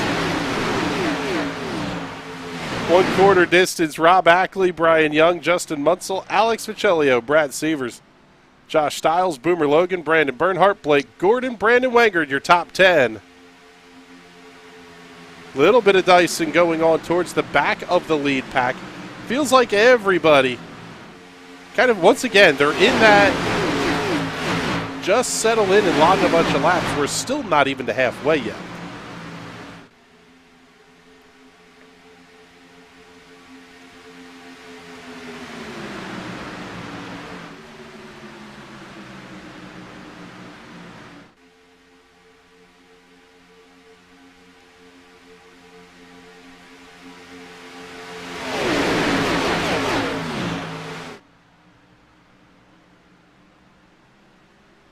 The 86 of Brian Young still trying to make that outside lane work. Started on the front row for the restart. Getting a little bit of a shove here from the 00 of Alex Ficello. I would imagine, Patrick, right now, a lot of sizing up the competition. Who can keep a straight wheel? I mean, you can see these guys. They're butters off of turn number 4. Full-on squirrel mode here for some of these guys. Yeah, it's very hard, but the way the air moves around this track is to keep the car straight. It's not so simple as just hold the wheel straight and be gentle with your inputs. You got to constantly be chasing that wind around and trying to keep your car out of the turbulence, but the turbulence makes you go faster, so you got to be in the turbulence, and it's just throwing that thing around, and it's a beast to try and drive.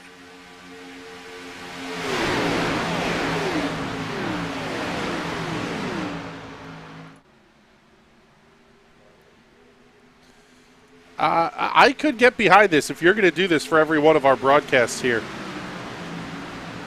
Roadies Racing checking in saying, Brad fact, Brad once measured the width of a U.S. state in washing machines. I don't know that we want to know more. We'll just leave it right there. Otherwise, it would just be too much detail. No, I'm curious.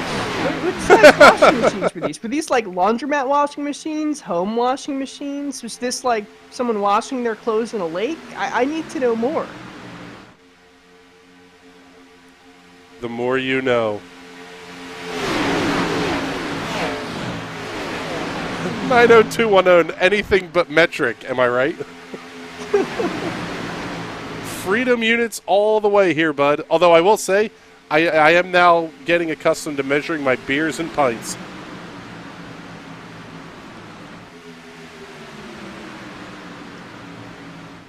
Didn't we have this discussion in the TNT server today? The metric versus freedom unit debate? That is correct. And all those metric people are allowed to be wrong. Brian Young back to the head of the field now. Good run there for that car. Young out of Winnipeg, Manitoba, Canada. One of the Firelight Esports drivers. Target Firelight Esports and Rowdy Energy on the hood of that number 86. Another of the rookies in this league at the head of the field. In fact, 2 rookies leading the field back to the start-finish line.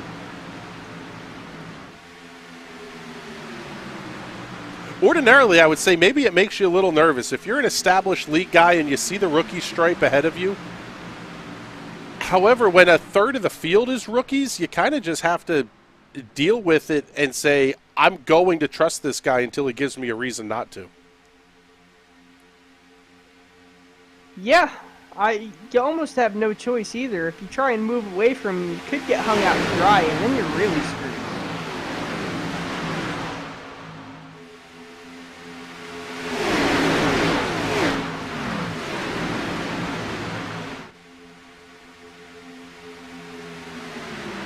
And we do still have the question of pit strategy that is coming up a little bit here. Brandon Bernhardt is the highest running of the cars that have made a pit stop. Everybody stopping under the caution flag at lap number 10. Top 6 have not stopped. A couple of the cars that didn't stop getting shuffled back through the field a little bit. But at this point, that's more just about what lane you're in the draft and how you're making moves. But it really makes me wonder, are we going to see a question of, is this a one-stop race? And if the second stop is a green flag stop, everybody who stopped on lap 10 and can make the rest of the way, they are absolutely golden at this point.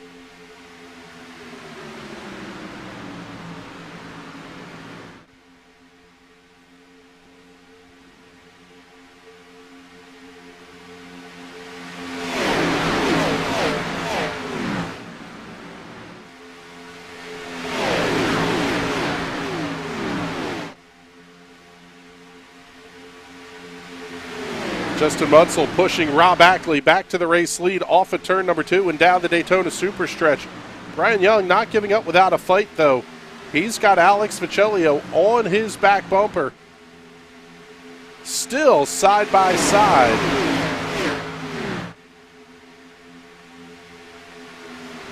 Well, you have your answer here, Patrick. Things I never thought we would say on the National Racing Network, but apparently the state of Ohio measures 516,266 and 2/3 standard home washing machines wide. Love my Buckeyes. Thank you. Thanks, Brad, for giving us this knowledge we all needed. Ohio State still sucks. I'm not even talking about Ohio State. I mean that. Now, I love Ohio. Go there all the time.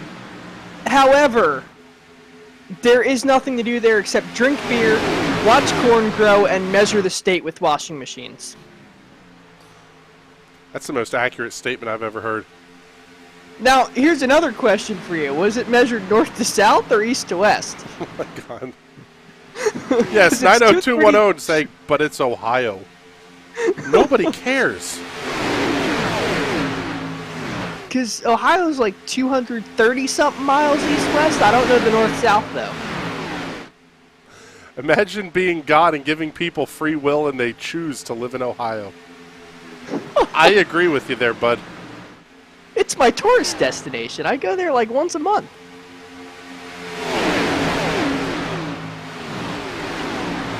Moving on. Rob Ackley still leading this field.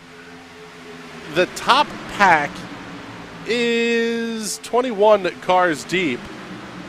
Finian DeCuna running in the 22nd position, about 0.6 of a second behind your race leaders. But those of you watching for the LePaging, you're not going to quite get that. But they are approaching lap traffic. That is going to be Brian Keita. He will be down on the apron of the racetrack. The problem is he can't stay at full throttle and stick that car down on the apron.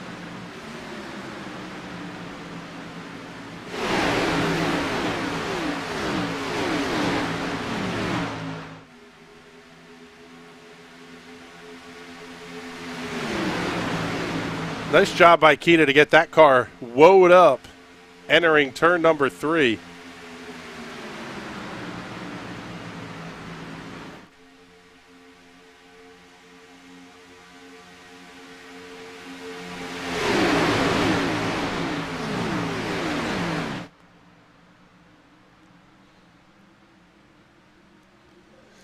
Take a look here. Let's go on board with Josh Stiles, one of the contenders for the Hard Charger Award here tonight.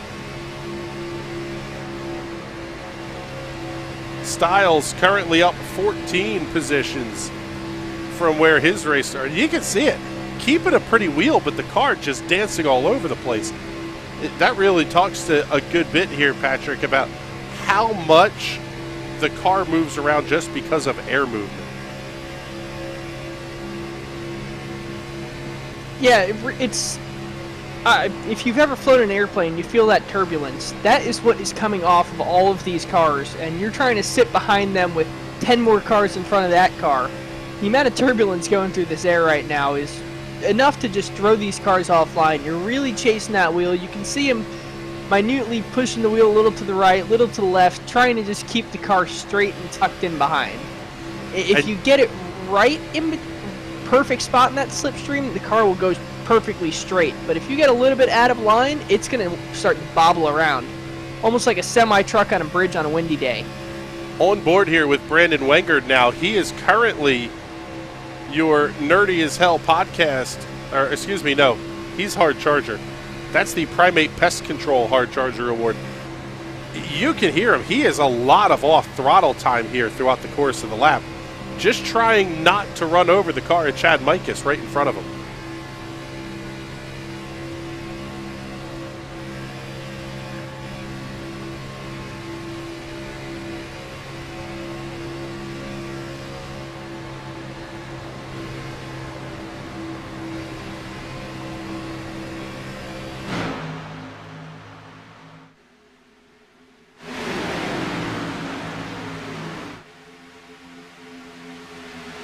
We're going to look back towards the front of the field here as they will put lap number 30 on the board. It will be halfway home next time by the start-finish line.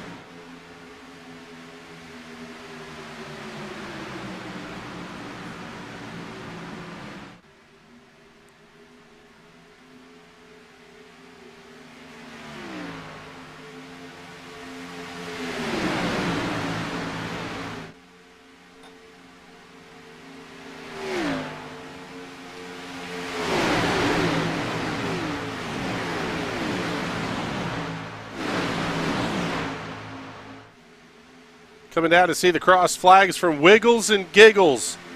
Friends of the National Racing Network, Warren Alston and Nicole Flood working the flags tonight. I know iRacing calls him Barney, but that's not cool. Not nearly as cool as Wiggles and Giggles, as they're going to come around Mike Stroll up on the outside of the racetrack. Stroll currently running in the 35th position, 10 laps behind your leaders. Going to be a pretty frustrating night for Mike Stroll. Not the start the season that he was looking for. So now we're in the window officially here, Patrick. What is your thought process on when you want to make your pit stop here? Do you want to make it early? Do you want to try to ride it out? I mean, if you can only go 32, 33 laps, you're going to have to come pretty quickly here, even counting that handful of caution laps we have. Yeah, I would say maybe hold out another lap or two, give yourself that little bit of a buffer for a green-white checker, but there's not a whole lot longer you can stay out on that racetrack. Yeah, 3 attempts at a green-white checkered is a lot of miles here at Daytona under the caution flag. Even if you can save a lot of fuel, you're still talking about 2.5 miles every lap under caution. See who's going to be coming down pit lane this time. Nobody will. 3 wide, about 10 cars back here.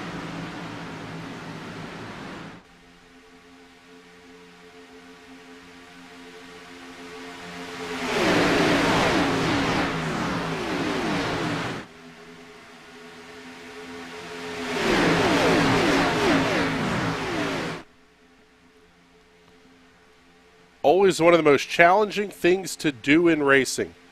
Go from 180 plus miles an hour in the draft at Daytona, make a hard left-hand turn and get yourself wound up to the 55 mile an hour speed limit of pit lane.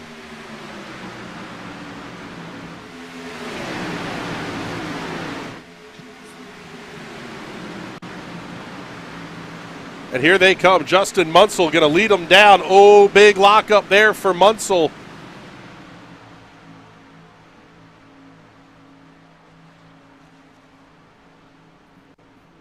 That's the challenge. Get yourself down to pit road speed limit. No mistakes entering the box. Ackley, Severs, Munsell, and Engel, the 4 cars are going to be on pit road this time.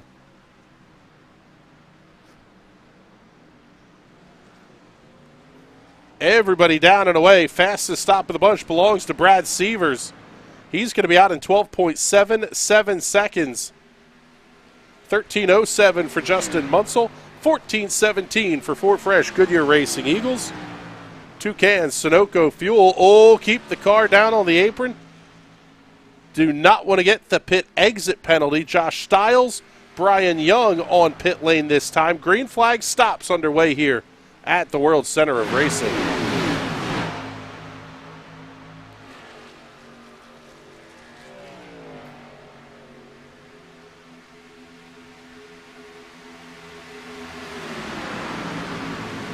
And Patrick, this is what we talked about here with the cars that stopped at lap 10. If they can make it the rest of the way, they are in very, very good shape if everybody else has to stop under green. Yes. Taking the short pit here at Daytona is usually a good idea as long as you have that help with you. If you get separated from your help, someone gets a speeding penalty, somebody spins it coming into the pits, spinning it coming out of the pits, then you are screwed. But coming to pits earlier is usually the better deal, just in case the caution were to come out. Alex Lichelio, Travis McQuiston, John Schwartz, Tyler Dulger, Casey Lacados, and Finian DeCuna all on pit lane. Everybody going to be out pretty quickly here. In fact, Schwartz down and away in 7.5 seconds. That is a lightning fast stop for the 52 team. Tyler Dulger in the 88 going to be second off pit road, 8.35 seconds. You almost have to assume here that is a no tire stop.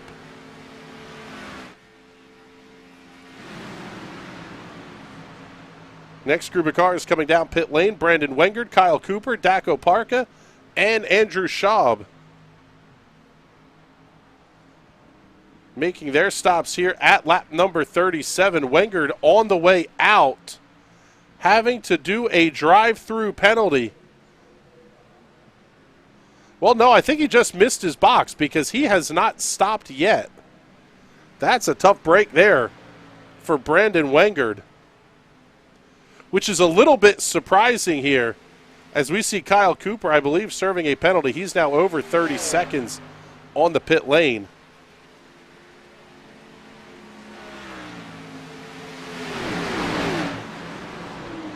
Joe Gervin, Boomer Logan, and Brent Kook also making their way down pit lane.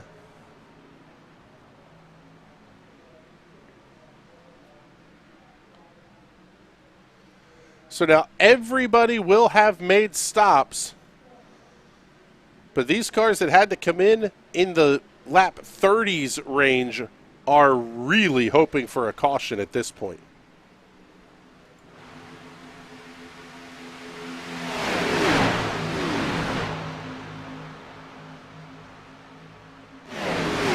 Oh, seeing the one car of Wengard stopped down on the inside of the racetrack. Chad Mikus, Zach Edwards also coming down pit lane. Some of these cars stopped at lap number 10 here, Patrick.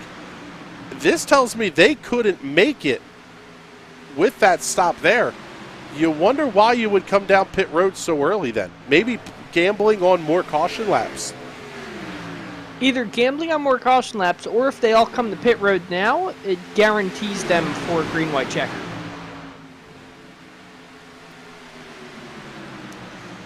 Yeah, that's true, because some of these cars stopping at lap 33, lap 35, you can make one green-white checkered, but it doesn't mean you're going to get more than one out of the fuel tank.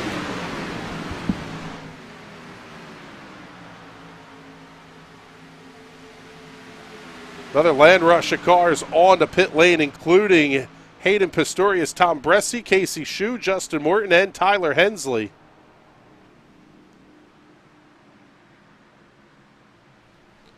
So now down to 7 cars that have not made the second pit stop of the race.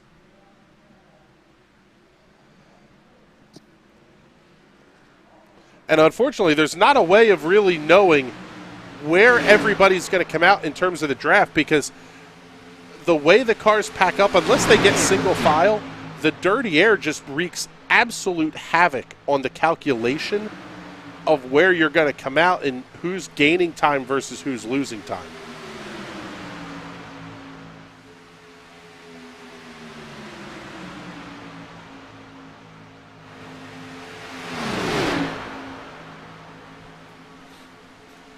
Yeah, it's really hard to figure out who the effect is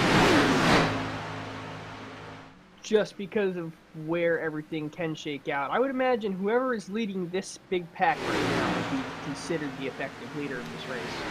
Oh, yeah, Guile Brooks in the number 71 is currently your race leader.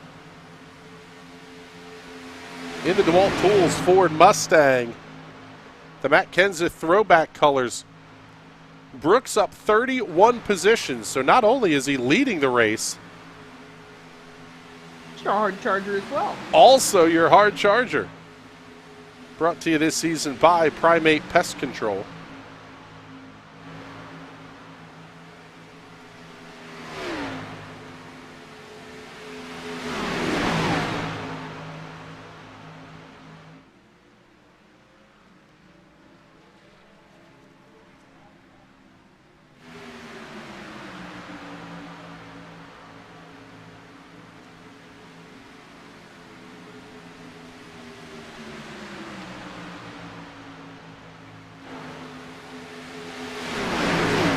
So now the question becomes, Patrick, they're working lap number 42.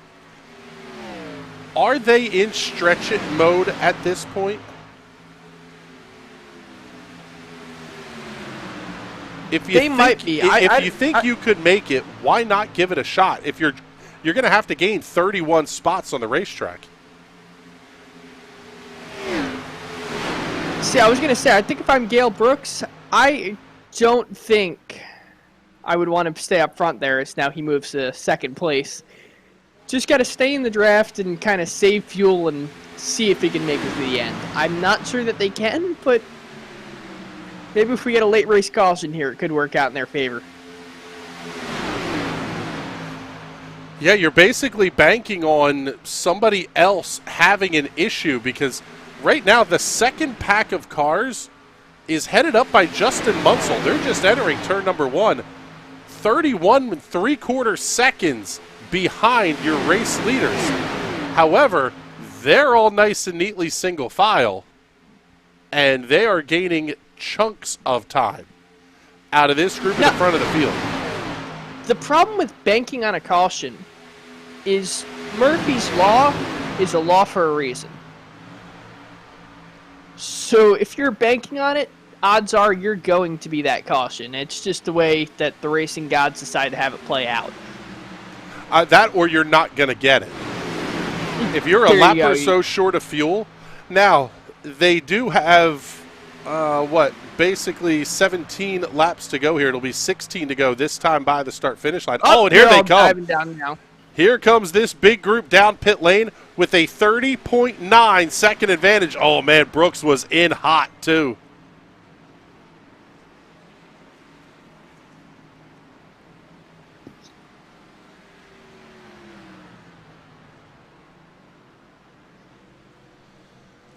No speeding penalty there. So your top 7 cars are on pit lane. The question becomes, where are they coming out? And who is going to have the drafting help here to get up to speed as quickly as possible? Very strung out here. And here comes your lead pack.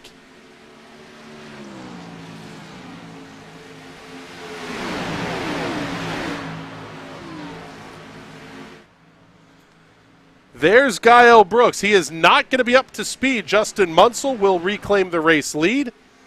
He's going to have to hope that he has enough drafting help here to get caught up to this lead pack. But still a great call from Guile Brooks. Up 22, currently running in the 10th position.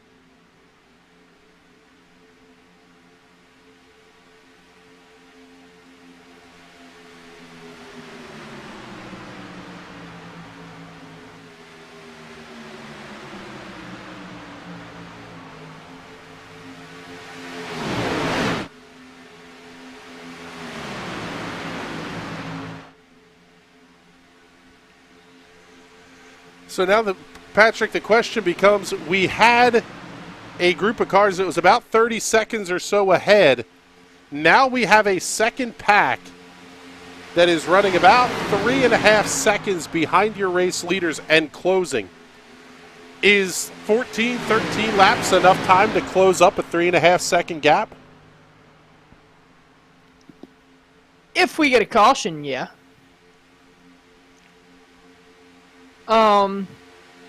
However, anything is possible. This lead pack starts to bobble a little bit, starts to get too wide, and starts to fight with each other. That second pack can absolutely catch them. It's just a matter of where the cards decide to fall. That almost becomes a question of who can manage that energy the best, too, because it is possible to catch the lead pack with too much of a head of steam.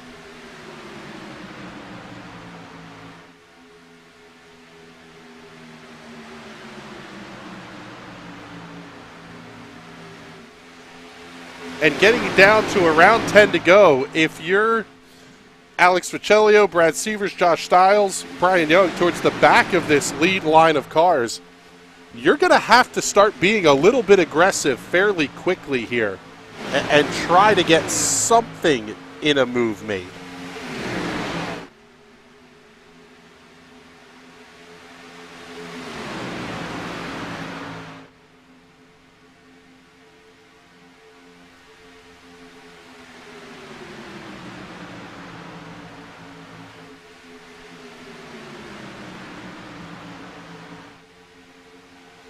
So 12 to go here in the World Center of Racing for the Firelight Esports 150, kicking off season number 8 of the Fuel Premier Series. And they will be in action for, counting tonight, the next 4 weeks. Coming up next Monday night, the Bagged Milk 180 from Kentucky Speedway, one of the best race names I've ever heard. Following that up, the redacted Milsim 175 from the Autodromo Nazionale Monza. Taking the Xfinity Series cars over to Monza, they're going to run the GP course without the first chicane. I am excited. Following that up, we will start the month of April with a Primate Pest Control 150 from the Indianapolis Motor Speedway before the first off week of the year comes up on April 11th. These cars are good road course cars, but Monza is a completely different beast. Yeah, Monza, it's not similar to any of the road courses stock cars usually race at. It's very, very long straightaways, big sweeping turns, and the biggest thing about it, there's very little elevation change. So it might race kind of similar to Watkins Glen, but at the same time, it's going to be a lot faster with a lot slower corners. It almost is a little bit of a throwback race to when the Real World Xfinity Series ran at the circuit Gilles Villeneuve up in Montreal for a handful of years. That's more of the style of course that Monza is compared to anything else that they run. No, when the Xfinity cars ran Gilles Villeneuve, what was it, 2006, 2007, that was the first rain race NASCAR actually held, right? That is correct. That was a fantastic race. Could it be the first rain race? No, iRacing wouldn't release that tomorrow, would they? I hope so. God, I don't know if they would, but I would hope be so. Such a bomb for them to drop tomorrow.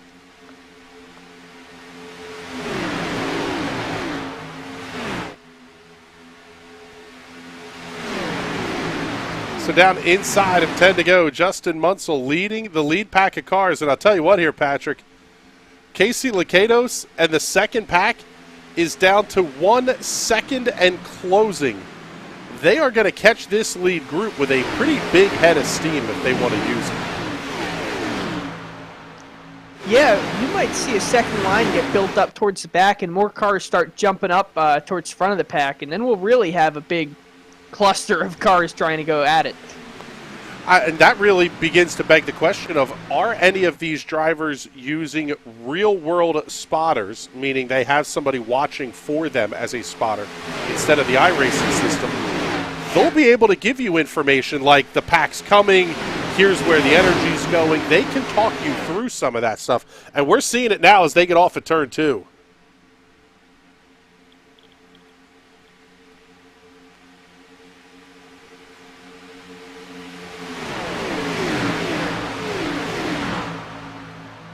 It is getting busy time at the World Center of Racing. Justin Munsell leading the Firelight Esports 150.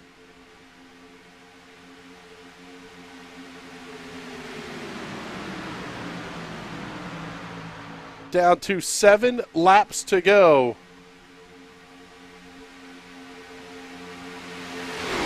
What was an 8 or 9 car draft, single file, all politely behaving themselves, is now a 22 car pack making its way off of turn number 2.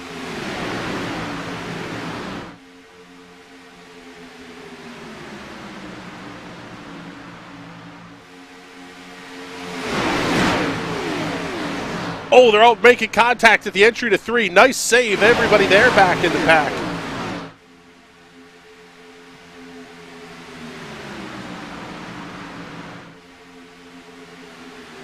This is going to be intense late in this race.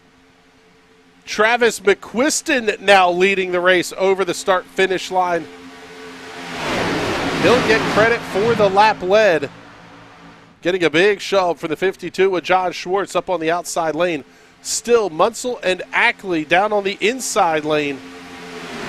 Outside of Ackley, everybody inside the top 5 is up 7 or more positions from the drop of the green flag.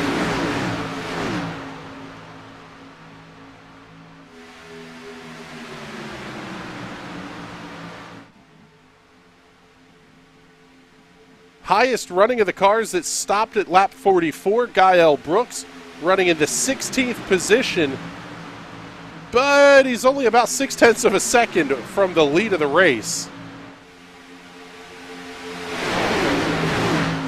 5 to go, starting to look 3 wide into turn number 1. That's going to be the 89 of Josh Stiles up against the safer barrier on the outside of the racetrack.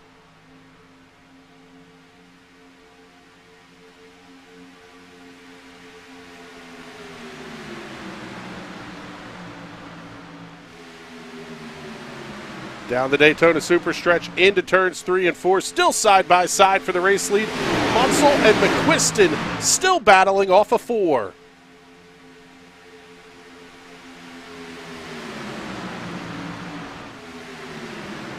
I'll tell you what, Patrick, we talked about it a little bit in duel number 2. Embrace the suck. Who is going to be the first driver to try that middle lane? Would not surprise me one bit if it's Boomer Logan running back there in the 11th position in the National Guard colors down on the inside lane of the racetrack. Boomer Logan has nothing to lose. He's not going to be in the car for the rest of the season, so it doesn't matter if he makes some of these drivers angry at him. They can't retaliate. Oh, they're wrecking into turn 3. Big wreck. Big wreck into turn number 3. Caution flag is going to be out. That's Brent Kook getting hard up into the safer barrier. Several cars going to be involved.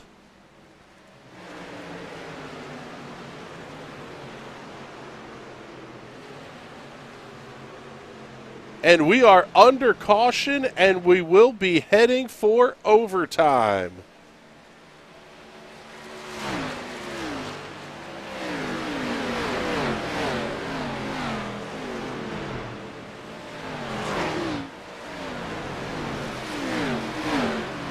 May have been trouble here for Josh Stiles. Let's take a look and see. We can see what happened here to the 89. Oh, big time contact there. Looks like 4 or 5 cars going to be involved front end, torn off the 89. Not nearly as many cars as you might have thought. But that machine is junk.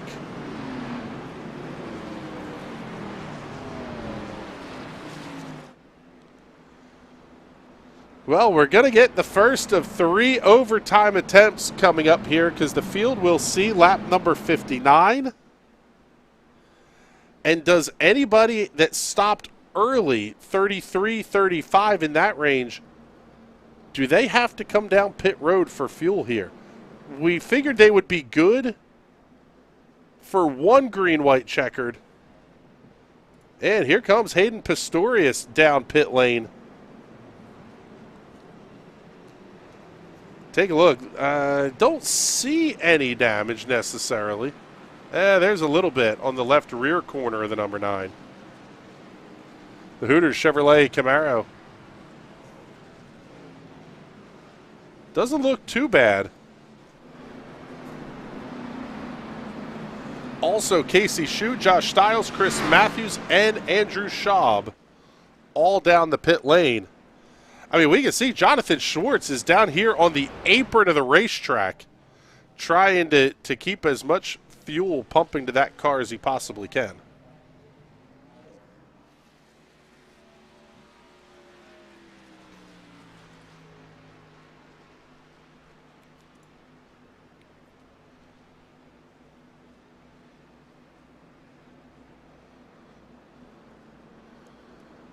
See here if we can't get a quick word in with our race leader, Travis McQuiston. And I'll tell you what, Travis, the car has looked pretty good all night here, but now you're heading to overtime at Daytona. It seems like all bets are off.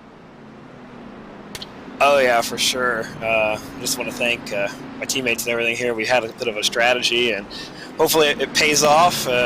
We seem to be in the right place at the right time, so we'll see what this little green-white checkered looks like. Do you want to be leading with 1 to go, or do you feel like you may be a bit of a sitting duck? Personally, for me, I'd like to be leading. I like having the control of either the inside or the outside, but also if they all die, I mean, I'm already in front, so that's what we're hoping. All right, bud. Well, good luck the rest of the way here in the overtime. Let me see. What room do I got to put you back in? Firelight?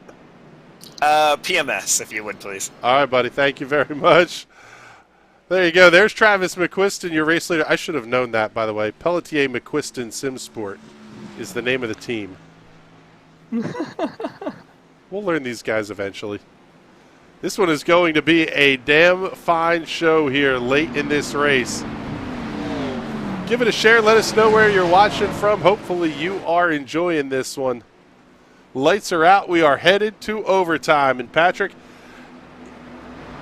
Travis talking about how he wants to have the control. Is that really the spot you want to be in? Absolutely. You want to be the leader. If you are the leader, you are in control. You can choose how big of a gap you want to set up to the guys behind you. You can choose the lanes to block, and you are in control of your destiny. If you wreck the car, that's because you did it. It's not because someone wrecked you. If you're starting second, third, fourth, fifth, you're kind of under the control of everyone else around you. It's kind of just luck of the draw at that point. First place is the only one in control of their destiny. Looking at row number 2, Justin Munsell and Thomas Bressi, 2 of the most experienced and most successful drivers in Fuel Premier Series history. Can't feel real good if you're McQuiston and Schwartz knowing that you've got a couple of badasses right on your bumper. Yeah, but we don't know their experience outside this league. Maybe all they do all day is Carb Cup. So they might have a ton of experience here on the plate side of things. That's a great point. Field is down. Pace truck is in. Green flag's back in the air. We're underway. They're already dancing around and squirrely. Butters headed for turn 1. Munsell with a big shove on McQuiston into 1. Bressi just as tight up on the rear end of Schwartz. If they take the white flag, the next flag will end it. That's a big if. Still got a lot of cars trying to go for this win That right is now. a huge if at this point.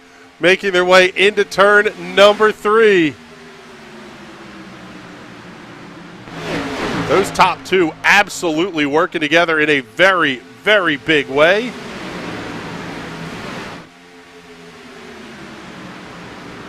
Oh, man, got to watch where the shove comes from, though. White flag is in the air. Next flag's going to end it here at Daytona.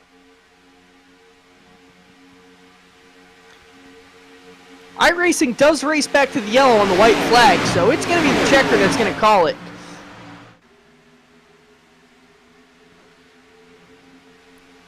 McQuiston still holds on to the race lead. One car, that's Mikas, way down to the inside. Here comes the move by Munsell to the outside of the racetrack.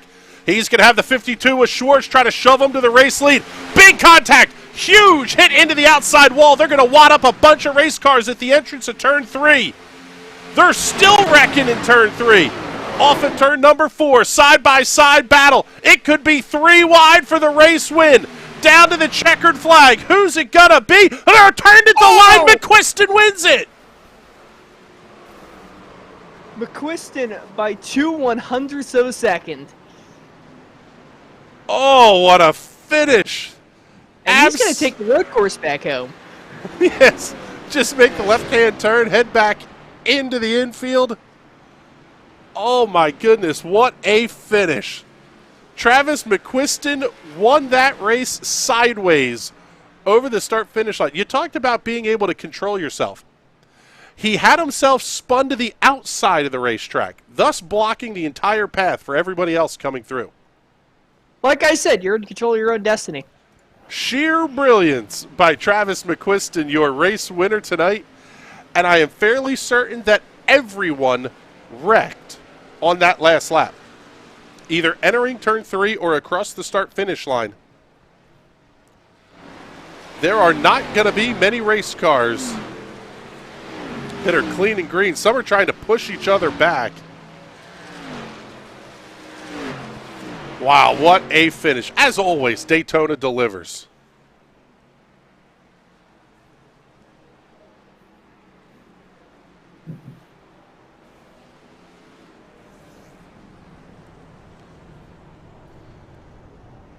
Race winner doing the donuts down in the infield.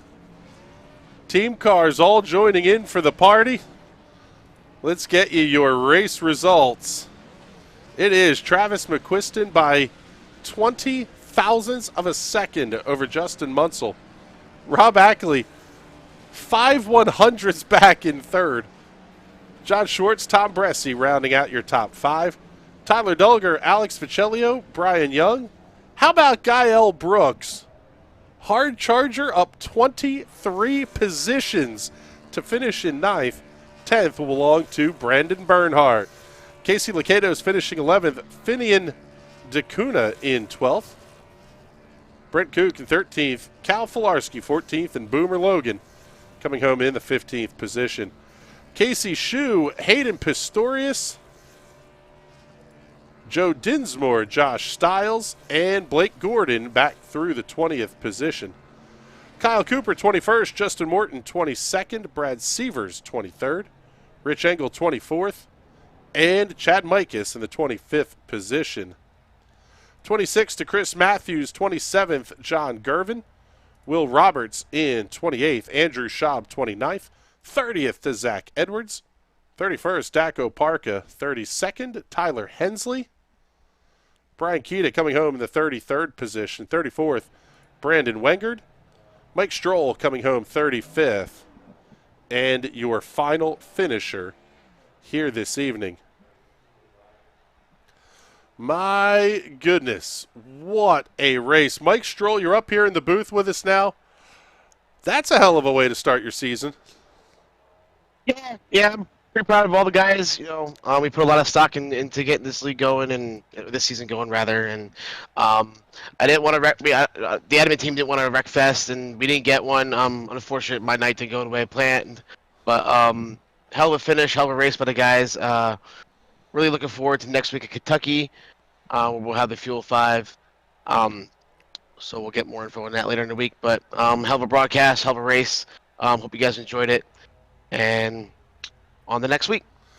Yeah, man, that was a absolutely fantastic show here. And let's bring in our race winner as we key up the slow-mo on this one. My goodness, absolutely incredible finish to this race. Travis McQuiston, congratulations. You are a Fuel Premier Series winner at Daytona. Thanks. That was kind of unexpected, and it's been a long time since I've graced victory lane here at Fuel, so that feels good. Talk us through the last lap of that race. You talked about wanting to be in control, and it looks like that was kind of the position you put yourself in until you got off at turn number 4, and then all hell broke loose.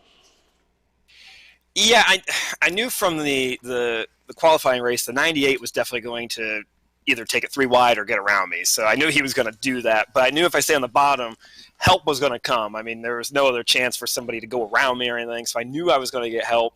So it was just kind of staying patient and make sure I was able to stay on his door as we came out of 2 and then off 4. And I just got a perfectly timed push by the 22 car. And that just propelled us to the end there. And then we had a little bit of netcode there, and I didn't mean to tear up a bunch of cars there. But yeah, I mean, I'll still take the checkered.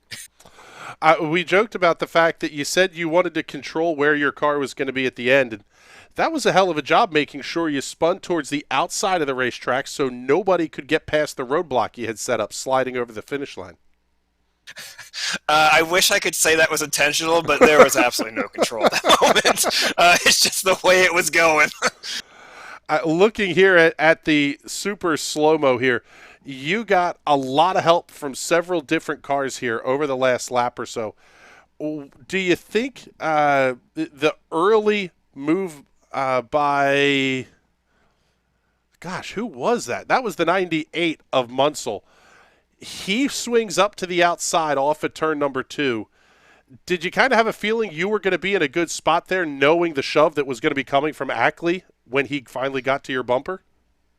Absolutely. The nice thing is, 3 of the 5 cars on the bottom line there were teammates. Me, the 88, and the 71. So I'm like, I know that they have me, and I think the 88 gives a good push to the 22 and helps really push me through. So Tyler did a solid there, and yeah, I knew that there had to be a push coming. I was just hoping that he was willing to give it.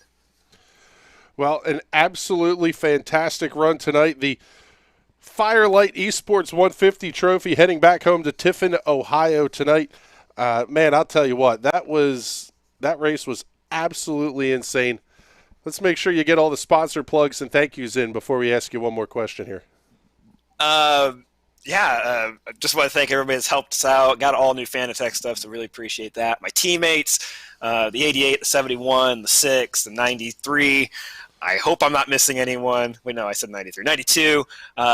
They all really helped me out through this. We had the same strategy going on. We might have got broken up a little bit, but Tyler and Guile really helped us out there to keep on that bottom line and make sure we kept that momentum going. So really appreciate their help. And then we got, our normal PMS entire team burnout there at the end. It's once one of us wins, we all win. So that's what we really like about our team. It was impressive. And we're seeing this tiny bit of net code coming to the line here. Man, that finish was absolutely incredible. It has to give you a bit of confidence here. It is very early in a 16-race season, but being able to head off to places like Kentucky, Monza, Indy, you're really talking about having a good bit of momentum on the team side of things with some very good cars finishing behind you guys. I mean, Tom Bressi is not going anywhere this season, and a lot of these guys that have a lot of wins and a lot of starts in this series, you're going to have a shot up here. Obviously, within 5, you're very experienced here as well, but got to be feeling pretty good here in terms of what you could be looking at from a season-long perspective. Yeah, we're really hoping to do something this year. In previous years, we've always been pretty solid, but we're usually at bottom of top 10. But the truck season that we had just, a couple weeks ago, finished 3rd in points, 4th in points, got like 4 or 5 top 5s, and just, try to see if we can get a little better and work together and see what we can do. Guile has been a huge help with kind of giving different ideas and what we should be able to do here. And yeah, we'll see what we could do. I look forward to seeing what the future holds. Hopefully we can sneak another one out somewhere. I mean, Talladega is always an option, so if I can win plate races, sure, I'll do that. All right, bud, thank you very much. There's Travis McQuiston, pilot of the Craftsman Fresca Amazon, number 93 Ford Mustang, your race winner here at Daytona. My goodness, that was absolutely insane. Let's bring in our runner-up finisher here tonight, Justin Munsell. And, man, I'll tell you what, Justin, hell of a run there late. You tried just about every trick in the book. Push the leader until you got the run. Make the run off the outside of 2. Kind of seemed like things were shaping up for you there in pretty good shape. Yeah, it was a good run. I pretty much tag team with the 22 right before the first pit stops, knowing that he was a pretty quick guy and he was up at the lead.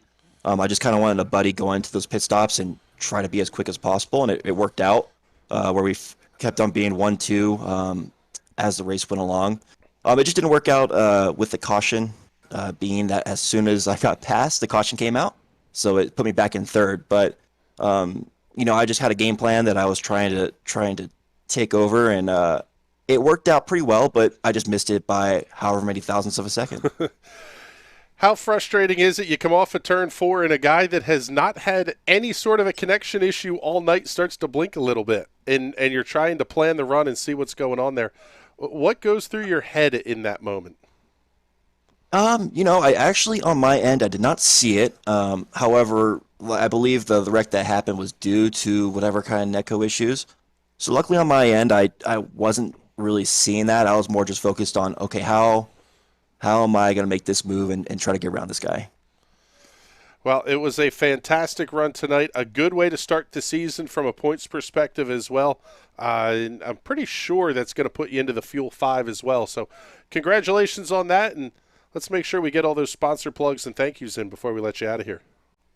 Yes, sir. I appreciate your guys' time. I'm going to go ahead and thank Talladega Blue Vodka, Raycon, my boys over at Sky Motorsports over in my Discord. Those guys basically keep me entertained while I'm racing. We always have a good time. So, like I said, appreciate the broadcast, and I'm sure I'll see you guys soon. All right, buddy. Thank you very much. We appreciate that. And let's see here. It looks like we do not have Rob Ackley, unfortunately, to chat with us here. But let's bring in our hard charger of the race. We said this was going to be an interesting call here late, but Guile Brooks gaining 23 spots to finish 9th. You are the Primate Pest Control hard charger of the race. Congratulations.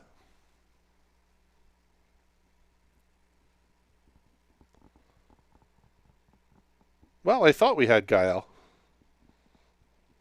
Maybe not. Well, then we'll try. He's unavoidably detained. I was going to say, maybe he's getting up, grabbing a beer, and celebrating his hard charger. I would be after a race like that. Man, I'll tell you what, before we get out of here, Patrick, once again, to get the comment up here, Red Light Media saying, Daytona gonna Daytona. Everything we wanted to see in this race and more. Really interesting cycles of green flag stops. You weren't sure if those cars that stopped early would be able to make it. Just a ton of stuff going on here. This race was a lot of fun to call. Yeah, that race was fantastic. And with the big pack, these guys, there was racing the whole way through the field. These guys were going at it the entire time. I couldn't tell if I was watching professional wrestling or a race car race. Well, it was a ton of fun, and with that, it is time for us to get out of here. We've got a huge week of broadcast mediocrity coming up on the National Racing Network. Tomorrow night, the TNT Series heads off to North Wilkesboro Speedway in the PM18s. Hoping we don't get a repeat of last time we were there. Looking forward to that race. Coming up on Wednesday night, the Sim Racers Club is back for their penultimate race of the season, heading off to Rockingham Speedway. And on Thursday night, after the High Side Hustle with Burt Wojcik and Adam Rubright, it will be the Nürburgring Nordschleife for the PM18 officials. It's going to be wild. But with that, it is time for us to get out of here. For Patrick Byrne, my name's Chris Graham. Thank you, everybody, for hanging out with us. We will talk to you all soon. Have a great night.